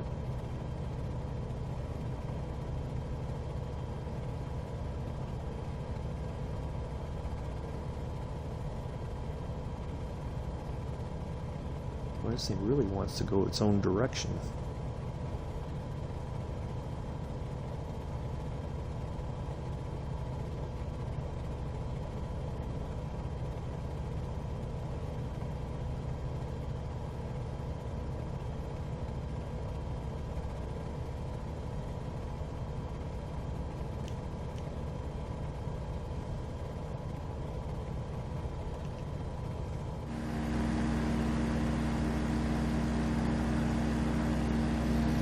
There we go. It's kind of stable for right now.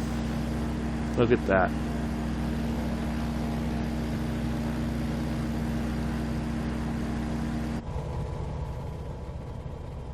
Mick, I think we found you your next retirement home.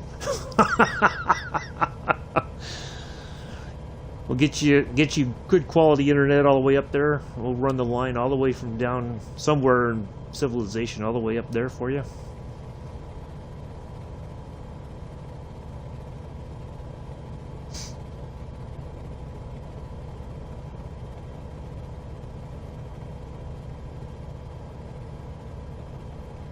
You don't have to. Well, you would only have to worry about your natural neighbors, not your human neighbors.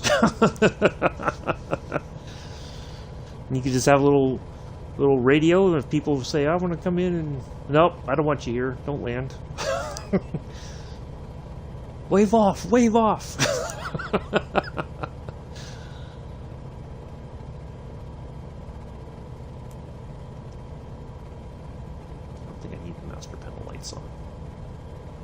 I'm not sure why the engine kept dying on us, but now we're on our way.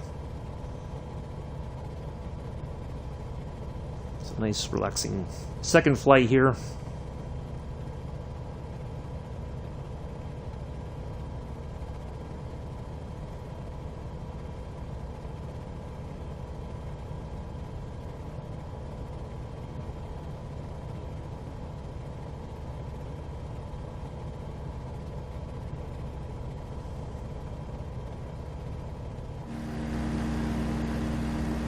Yeah, look at that scenery.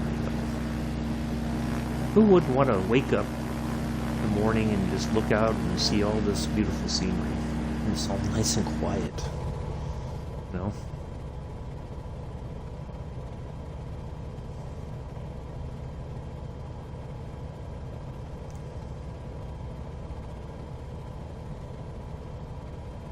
You know, I suspect that would be like like a forest ranger sort of thing. You know, like like a fire watch.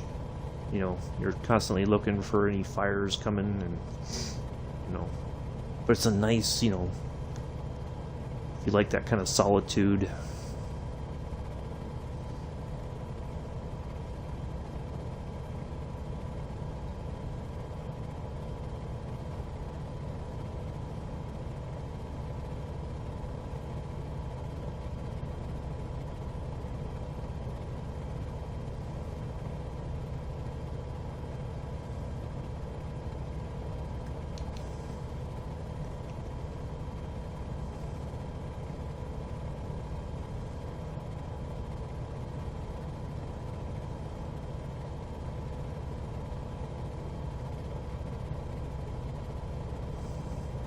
I'd send the guard dog out there,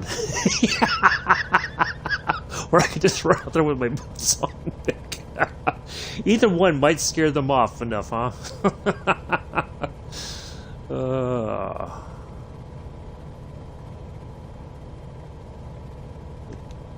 Let's see if I need to zoom out just a smidge here.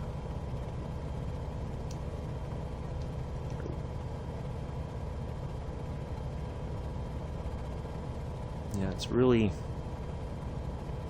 This would be the part where I would really like to have the yolks, and I could just get a little bit closer. I could probably do it, but given my history lately of crashing, I would probably put it right in the side of the mountain and we'd be done. But I don't want to do that.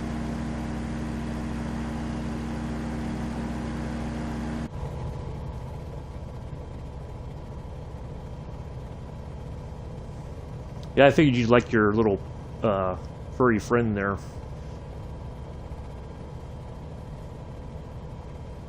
Because when I looked in there, I didn't expect that. Because I saw something through the door and I was like, what was that? And I go in there and I'm like, oh, okay.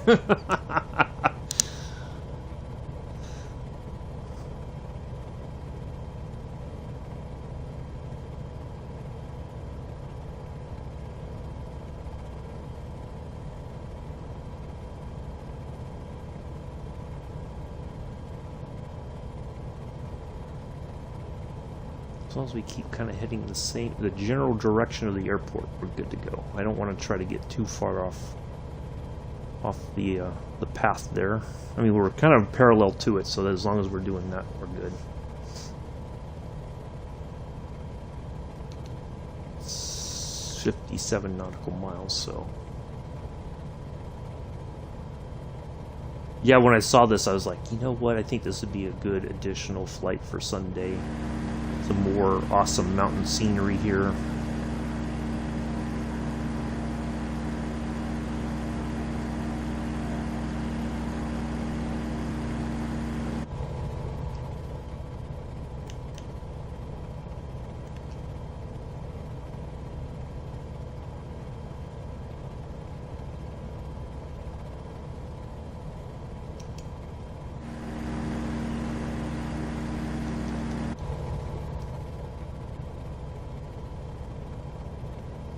I think I gotta try to lose a little bit of altitude because I think we're right near the limits of the aircraft. And that may be why it kept dying, because there's just not, the air up there is very thin, so it wasn't getting enough to keep the engine going. So that's, I figure if we just get in the air right away, then we should be okay. Look at that.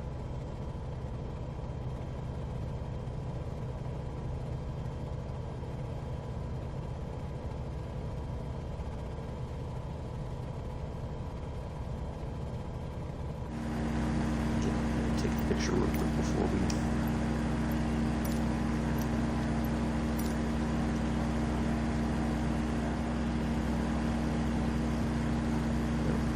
yeah, this wing is really pushing me off to the left there. Look at that. Okay, that's going to be our one picture for sure. This thing is really blowing us off course here. Look at that.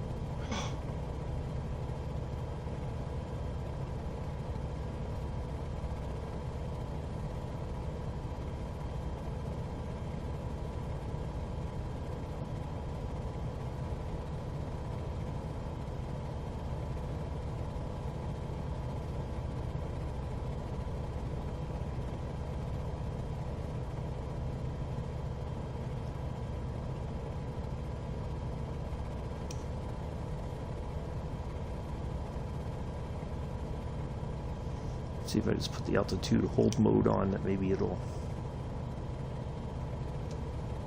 kind of keep us right there. There we go. Alright, I think we're stable right here for right now. Yeah, look at that scene.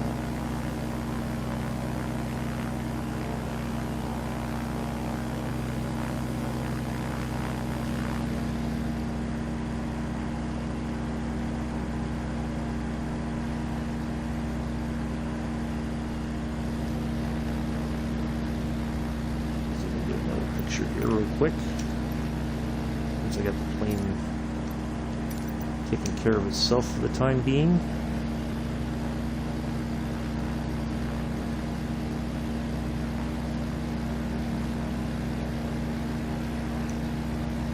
There we go.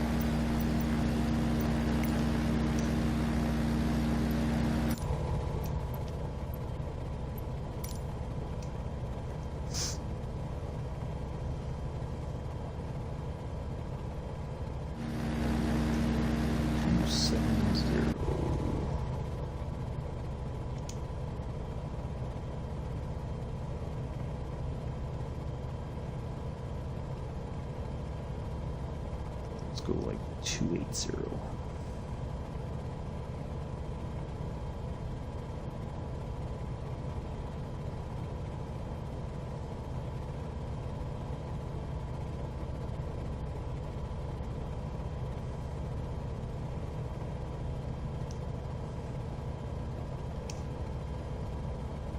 There we go.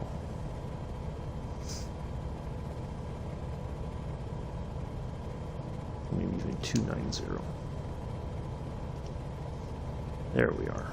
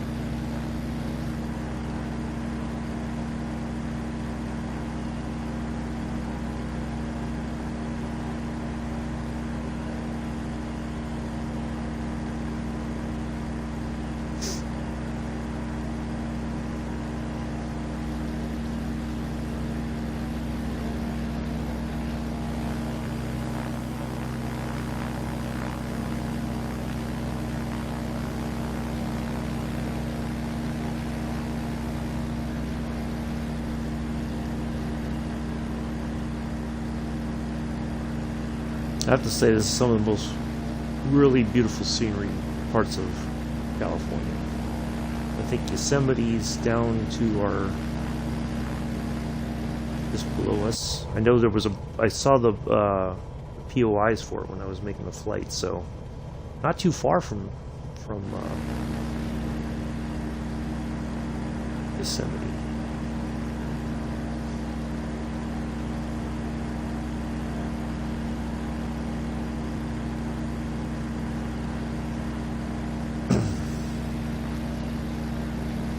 Yes, because most people think of California, they think of the beaches.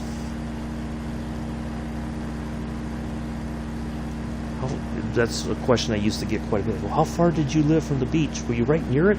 No, not necessarily. Because I think somebody told me years ago, they think most people from California either lived near the beach or they had a ranch of some kind.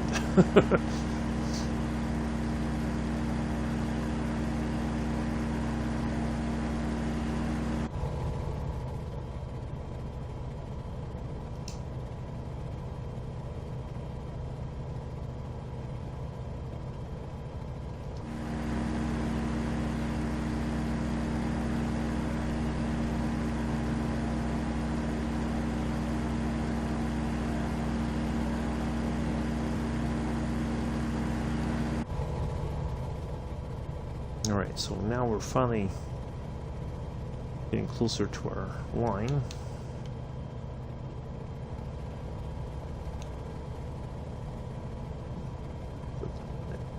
also.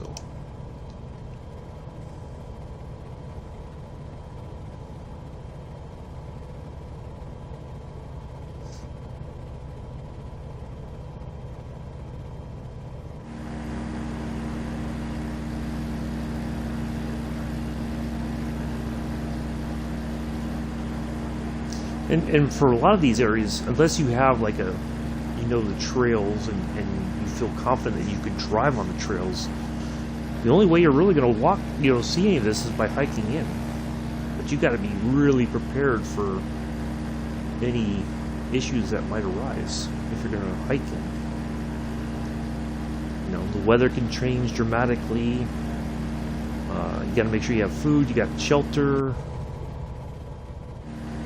Got emergency supplies, like a first aid kit of some kind.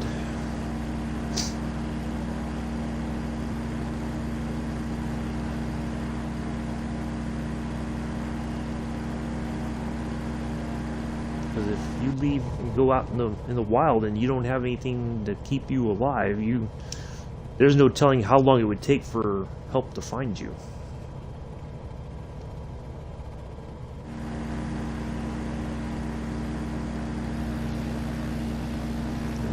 Sliding down one of these hills or something, break your leg. How is help going to get to you? But some people go out anyway. They do it, and I'll be fine.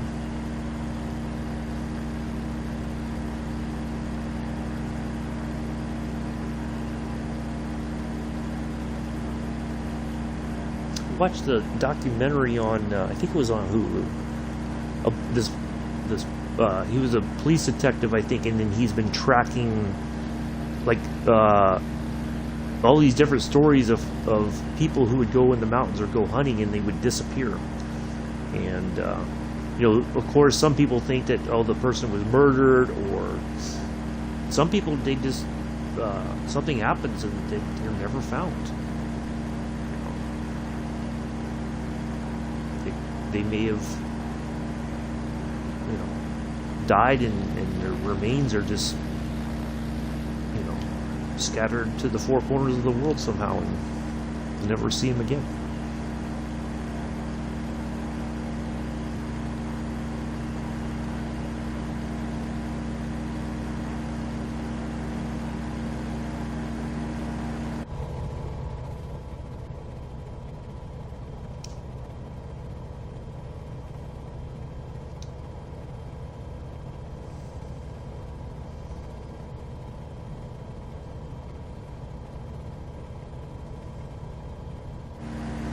I don't know, if I was going to go out here anywhere in the mountains, I would probably go to a well-established campground that has a ranger station or something, so that if something were to happen, I have, immediate assistance there.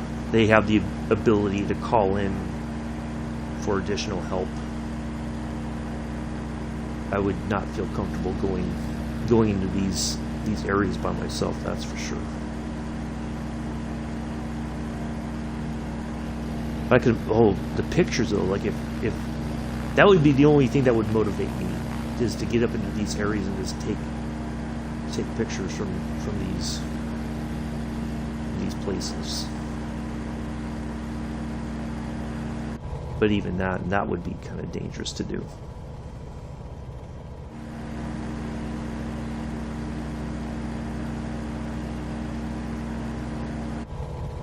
Alright, Placerville is 40 nautical miles.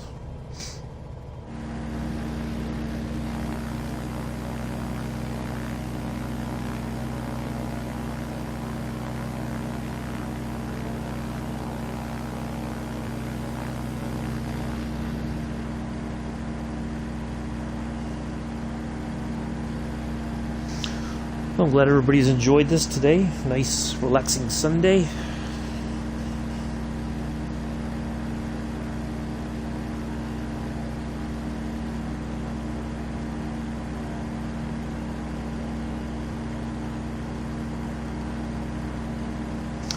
Should look to see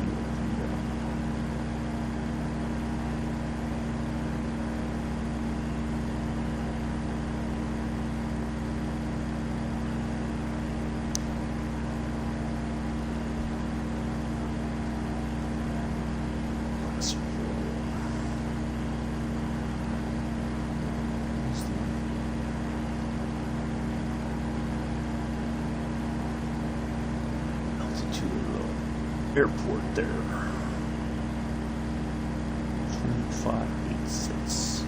It's almost 3,000. Okay.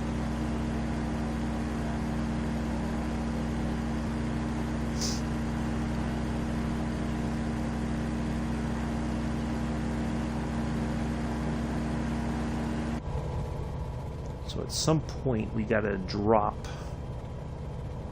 some serious altitude. I'm guessing as soon as we get over the hills, not necessarily through the woods, but we're gonna have to drop altitude very quickly to be able to land there at Placerville. And it looks like we can only go in on runway 05. So that's fine. That's what we'll shoot for.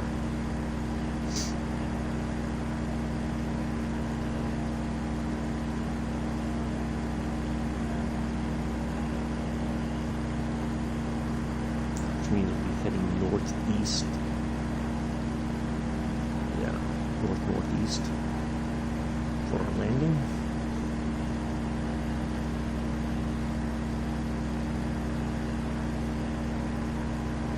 And once we get on this other side, we'll. In fact, I think we can dial down about 500 feet. Safe.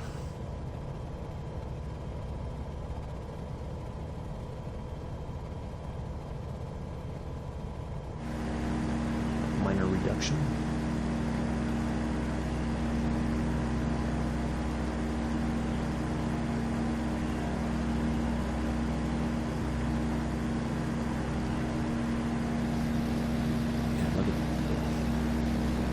There are, like, you could see like little, I don't know if those are supposed to be like rivers or if those are like dirt trails maybe of some kind.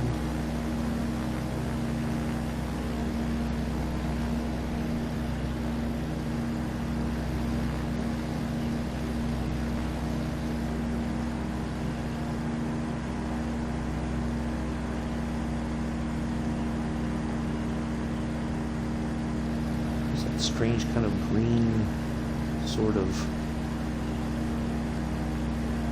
well, there's some clipping there, lagging or something.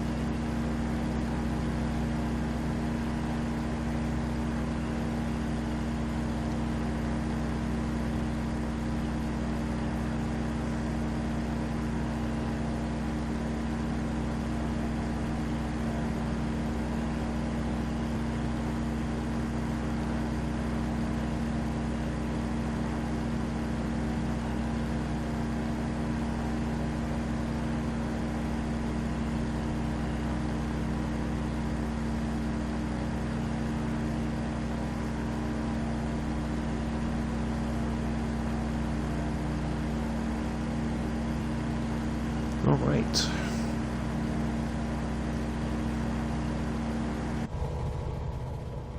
These little small reductions, I think, will be smart.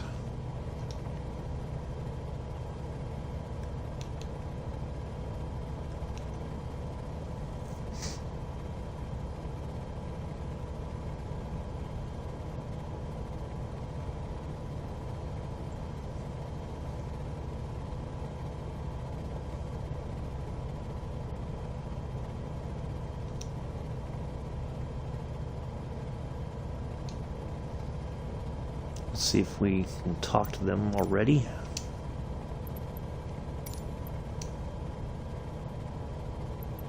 There it is.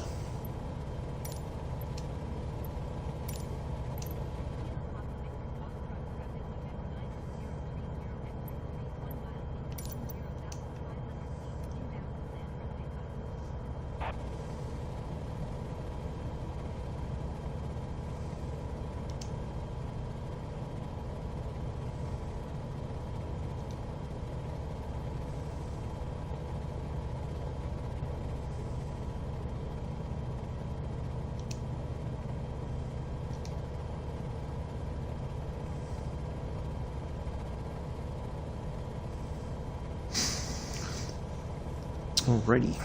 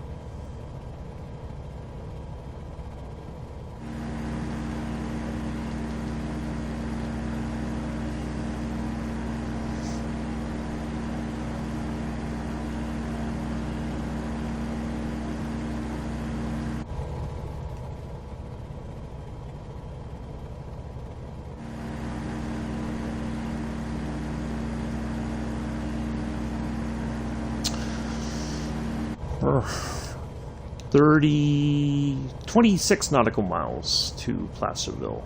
Should be somewhere out there yonder. Well, there's a freeway or highway through here. I'm trying to think what road that would be.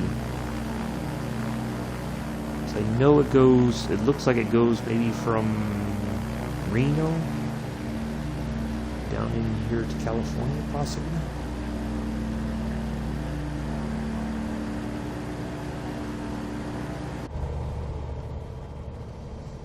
I gotta figure out what I'm gonna have for almost lunchtime now.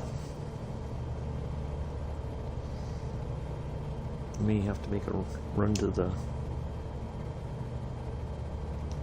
Wally World and get a few more things.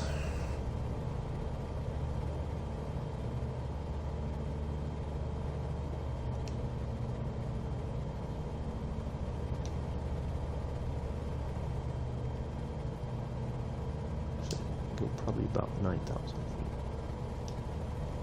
I think we're out of the high stuff now.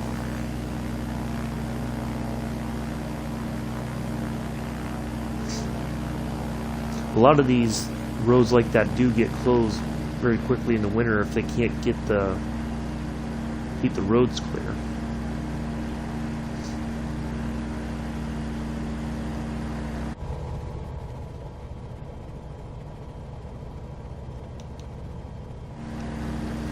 There's a nav point symbol here on the ground.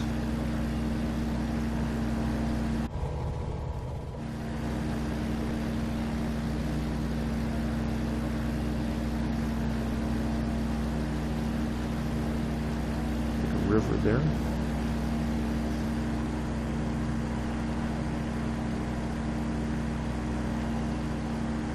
Yes, Amella. What's up? Sorry, I just looked over and saw that you... What's happening?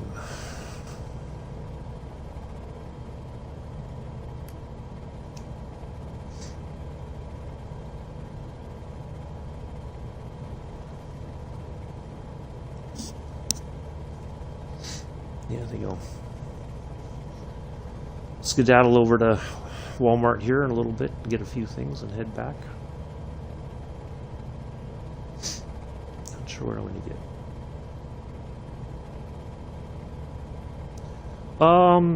Not much. Probably just do a little bit of laundry and go to Walmart and get a few things and probably take a nap.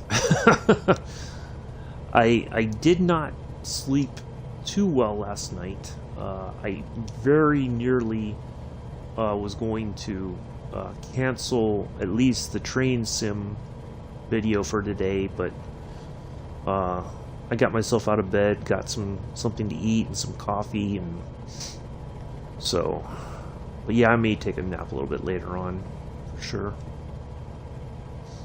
But yeah, I don't have much to do today. Just do a little bit of laundry. But it depends on how many other people need to do laundry here today, too. So, it's the only drawback.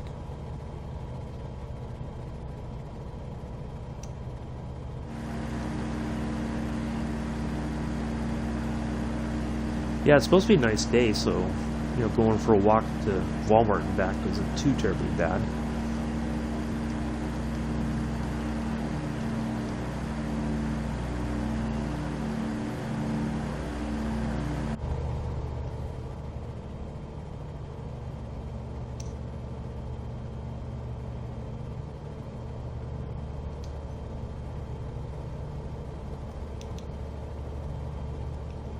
Yeah, we gotta start really dropping some altitude here.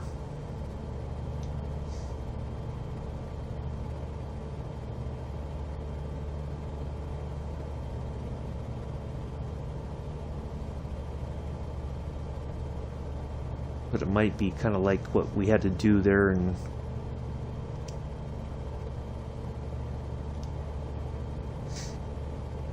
our last flight. It's about 3/4 of a mile each way, so about a mile and a half total. It's not too bad. When the weather's really nice, it's not a bad walk at all. It's pretty pleasant. So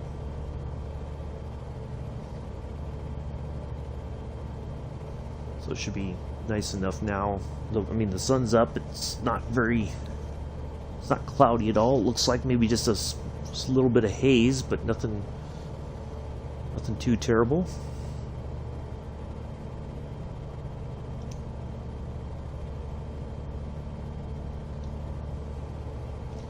Yeah, because it's not a bad walk.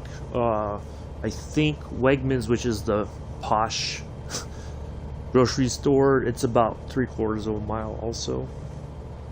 So it's like I'm right between the two. It doesn't take me long to get there. I mean, I just take my time. I don't really time it, but it doesn't take me long to get there. Well, and the thing is, it's not a straight shot. I have to go down the street, hang a left, go down to the end, hang a right, and then cut. There's a little park that you can cut through, and then as you get to the park, once you get through part of it, you see Walmart. It's like right there. So yeah, it's not very far. It doesn't take long to do. It just seems like it takes longer because it's not a straight distance.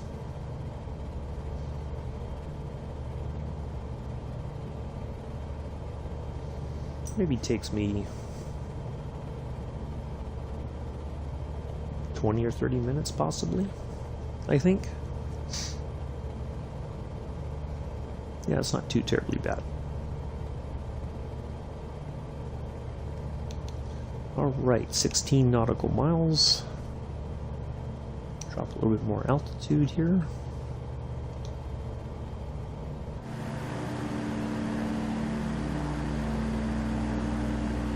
So it's definitely shouldn't be too much farther. We should be able to see it here pretty soon, and we'll get the I think, let me make sure I turned it on. Yeah, it's on. Alright. The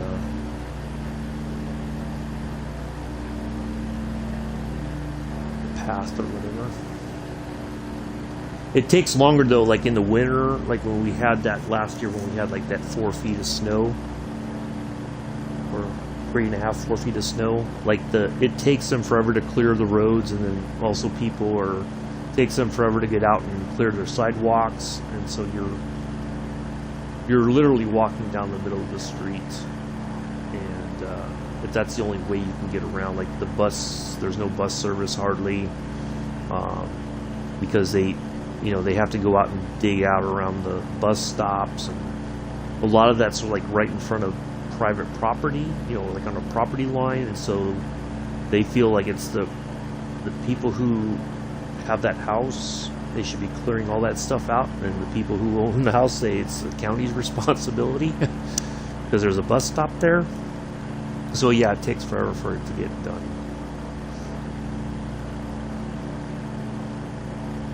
It's not very safe, unfortunately. Like, this area doesn't, if you get a couple feet of snow, they're fine, but anything beyond, I think, 2 feet, they're at a loss of what to do,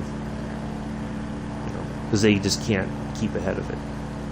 They try to, like the road where in front of my apartment, I know they try to keep that open as long as possible, but then after a while they just give up.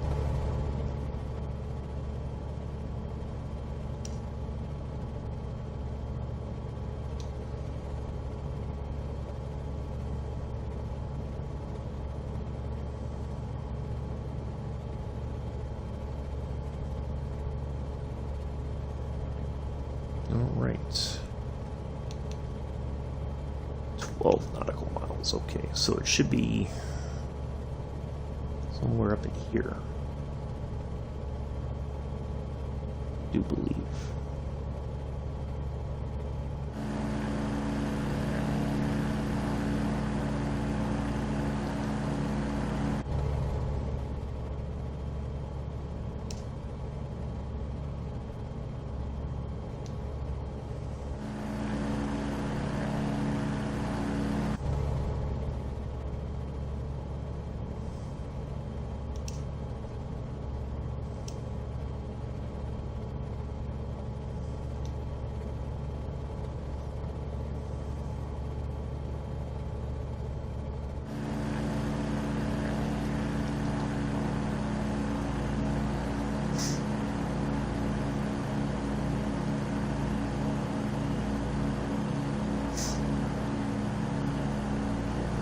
But yeah, that's the only thing one of the few things I don't like about living in the area here is whenever there's a major snowstorm, they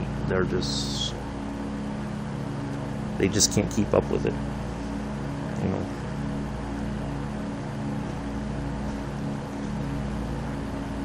And they try to stage all the appropriate stuff, like all the plows and everything, especially to keep the freeways open and all that kind of stuff, but they just never.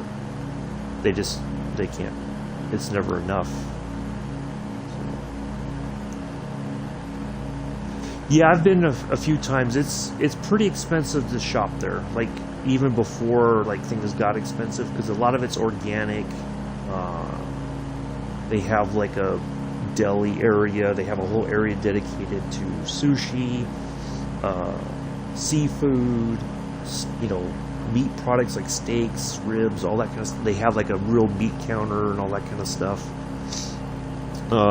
They have like the deli, you can get, there's 2 deli sections. There's one where you can actually go get the sliced meat for yourself and cheese, for instance, ham and cheese or whatever. And then they have a sandwich area that makes fresh Subway sandwiches. But theirs is way better than the Subway, trust me. But it's not cheap. And then you have a lot of pre-made meals that you can go, a lot of the college students, if they can, they go there to shop because they can get it comes in a little container and you just put it in the microwave or whatever, and you have yeah, that was the only place I could find decent sushi in the area, where when I was in Savannah, Kroger's or the commissary had sushi, but either one you could go and it's not bad price and it's pretty good quality. They're not going to use crap. Sorry about the sirens outside. They're not going to use crap stuff. It's going to be really good quality.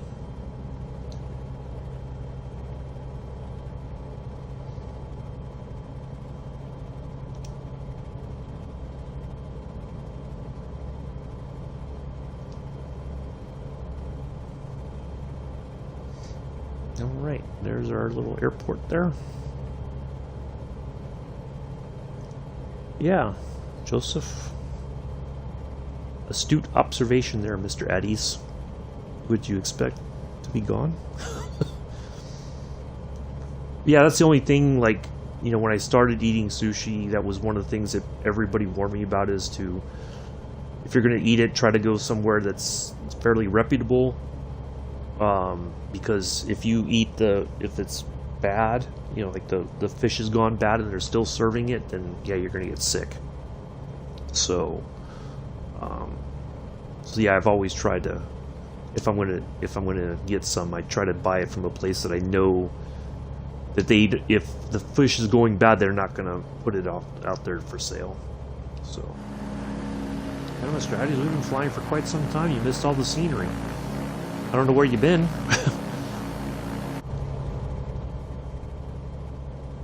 Must be looking for love in all the wrong places. Looking for love in too many faces.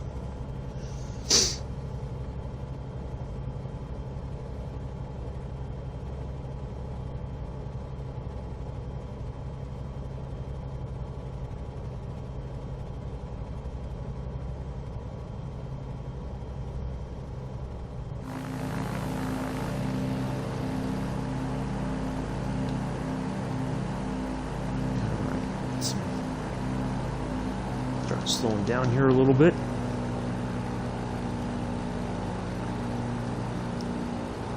Yeah, I learned early on that anytime you eat seafood of any kind, like I like the chilled mussels, for instance. You know, you can get those at a lot of different restaurants, but a lot of people told me you got to be very careful, because some restaurants won't check the freshness of them, and they'll just put out whatever they have, and then yeah,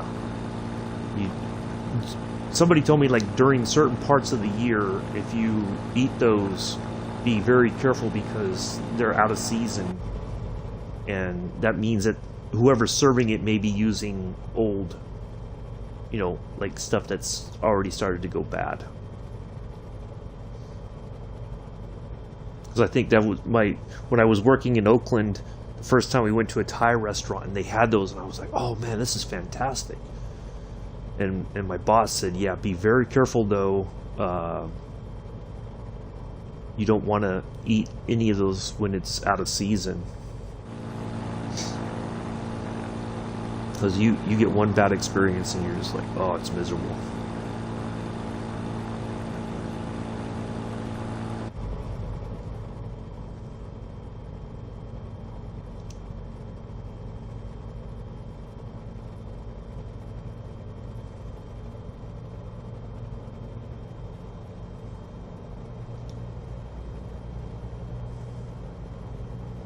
But I mean, I didn't expect that I would ever like sushi as much as I do.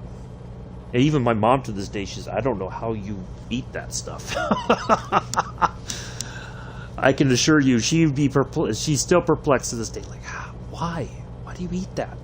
Oh.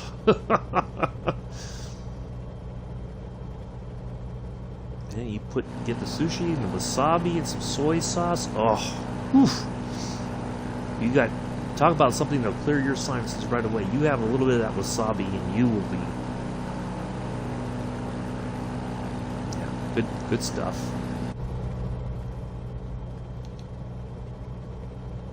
Alright, so the airport is... Alright, I see which way we were supposed to come in. That's alright. We're going to do it anyway. We're going to do it our way. Do it our way.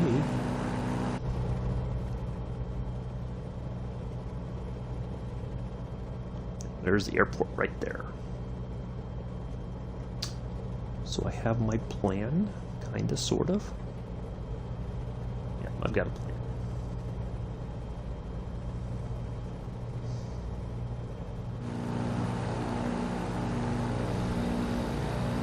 Yeah, you missed all this beautiful scenery there, Joseph. I don't know what to tell you. It's really sad.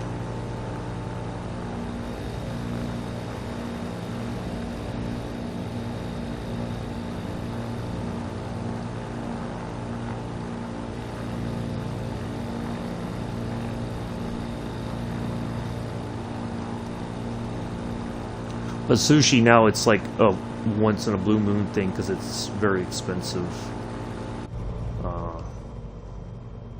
Like two decent sizes of the sushi. Because I usually get the one that has like 3 slices of tuna, 3 slices of the shrimp, and 3 slices of the salmon. And then another one was just salmon in small rolls. It's like a seaweed roll with some rice and like some salmon in there. Yeah, total it's like $30, but it's good. It's good stuff. But yeah, it can get very expensive. All right, there's our runway. It's a cute little runway. And I'll show you guys a little camping equipment here real quick once we're done. I'll show you that, how it looks.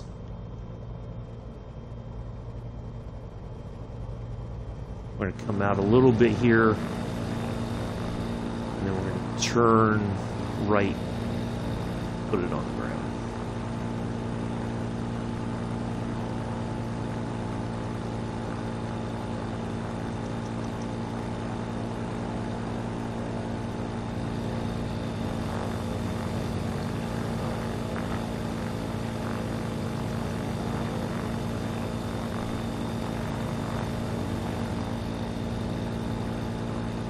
But there was a place in San Jose at the mall called Todai's, which had sushi, but it was very basic stuff. It was either the shrimp or the salmon or the tuna, I think. Those were your 3 choices. But then it was all buffet stuff, and you could try all kinds of food. Oh, man. You just pay one flat fee, and you could just load up. It was really good food.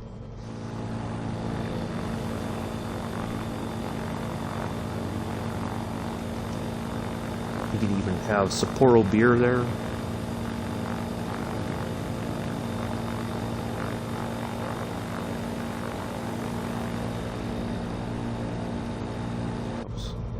I don't know if it's even still open, but that was a good place to go. Alright, let's turn that off. Let's turn that off. Let's turn that off. Alright.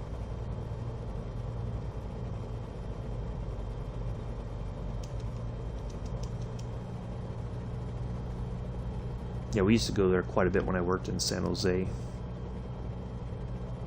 Lunch, dinner, like it wasn't bad price, but it, you know,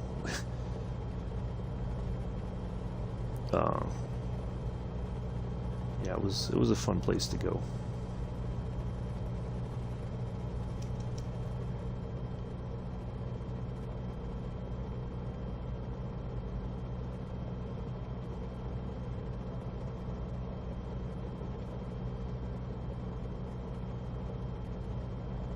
I even know if, like I said, I'm not sure if it's still open or if it was even before the pandemic, if their customer base was dwindling.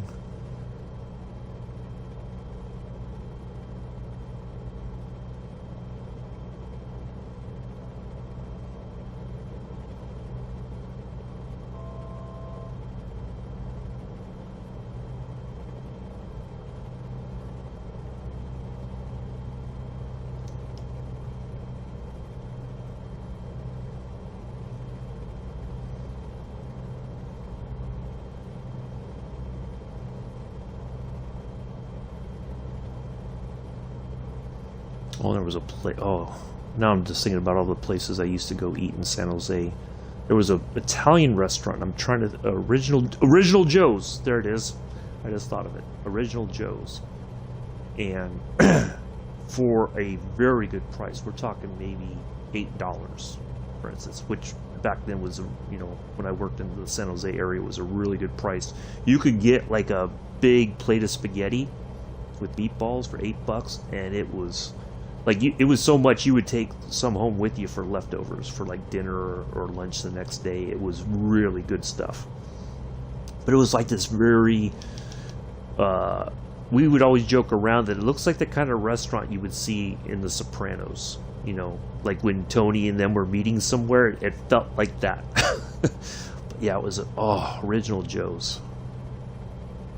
Fantastic spaghetti meatballs. Oh.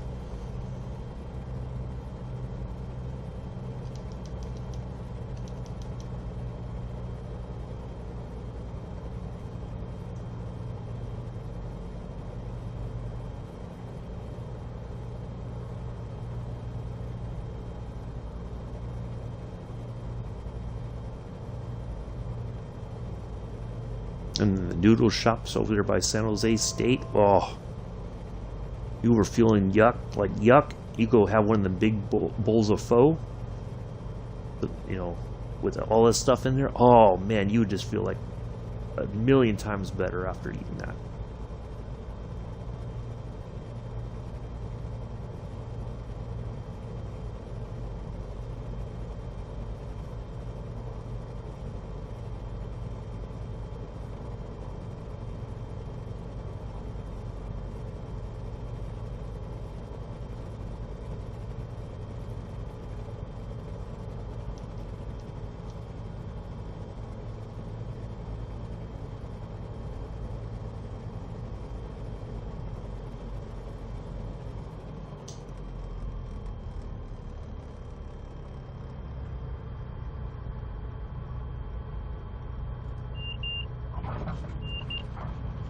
Ooh, a little bumpy, a little bumpy.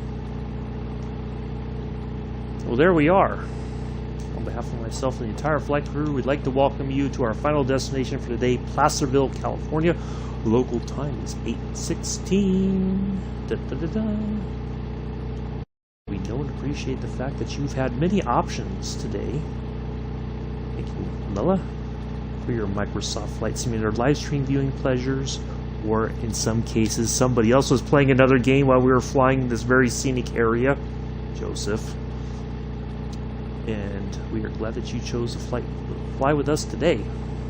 Do join us tomorrow when we fly from. Thank you, Bex. We're doing our flight from Athens. Is it? Oh, Sofia to Athens. Sofia, Bulgaria to Athens, Greece. Oh, look at that. We got somebody waiting for us. Isn't that special? I don't even have to try to guess where to go. So do join us for that. Seems like I should have landed the other way because it looks like there's like a slight uphill. I should have come in the other way, but we made it. That's all good. As I go through this person with my wing. Let's see if I can. Now let's see if I can make this stuff appear outside. Ooh, there we go. Look at that. Ta-da! See? I'll zoom in here a little bit, and then we'll wrap this thing up for today. So that's what the camping gear looks like. You get the tent. It's got the same colors, like I said, as the plane. You got a little. There's your sleeping bag. There's your little camp stove. Looks like a. Ooh, that looks like a can of beer there. That's a tall can, too. So there you are. There's your little campsite.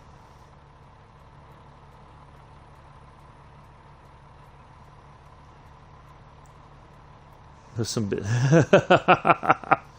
So yeah, there's the. That's how it looks. But that's what you get. So if I go back in here and then you can put it away. All you do is you click in here, and it's all put away. Ta-da!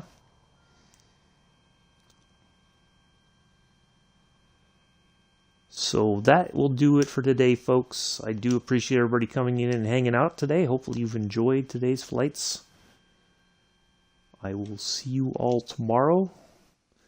7:30 Eastern, 11:30 UK or UTC, 12:30 UK time in the Fokker F-7B, leg 6 of the flight from Sofia to Athens.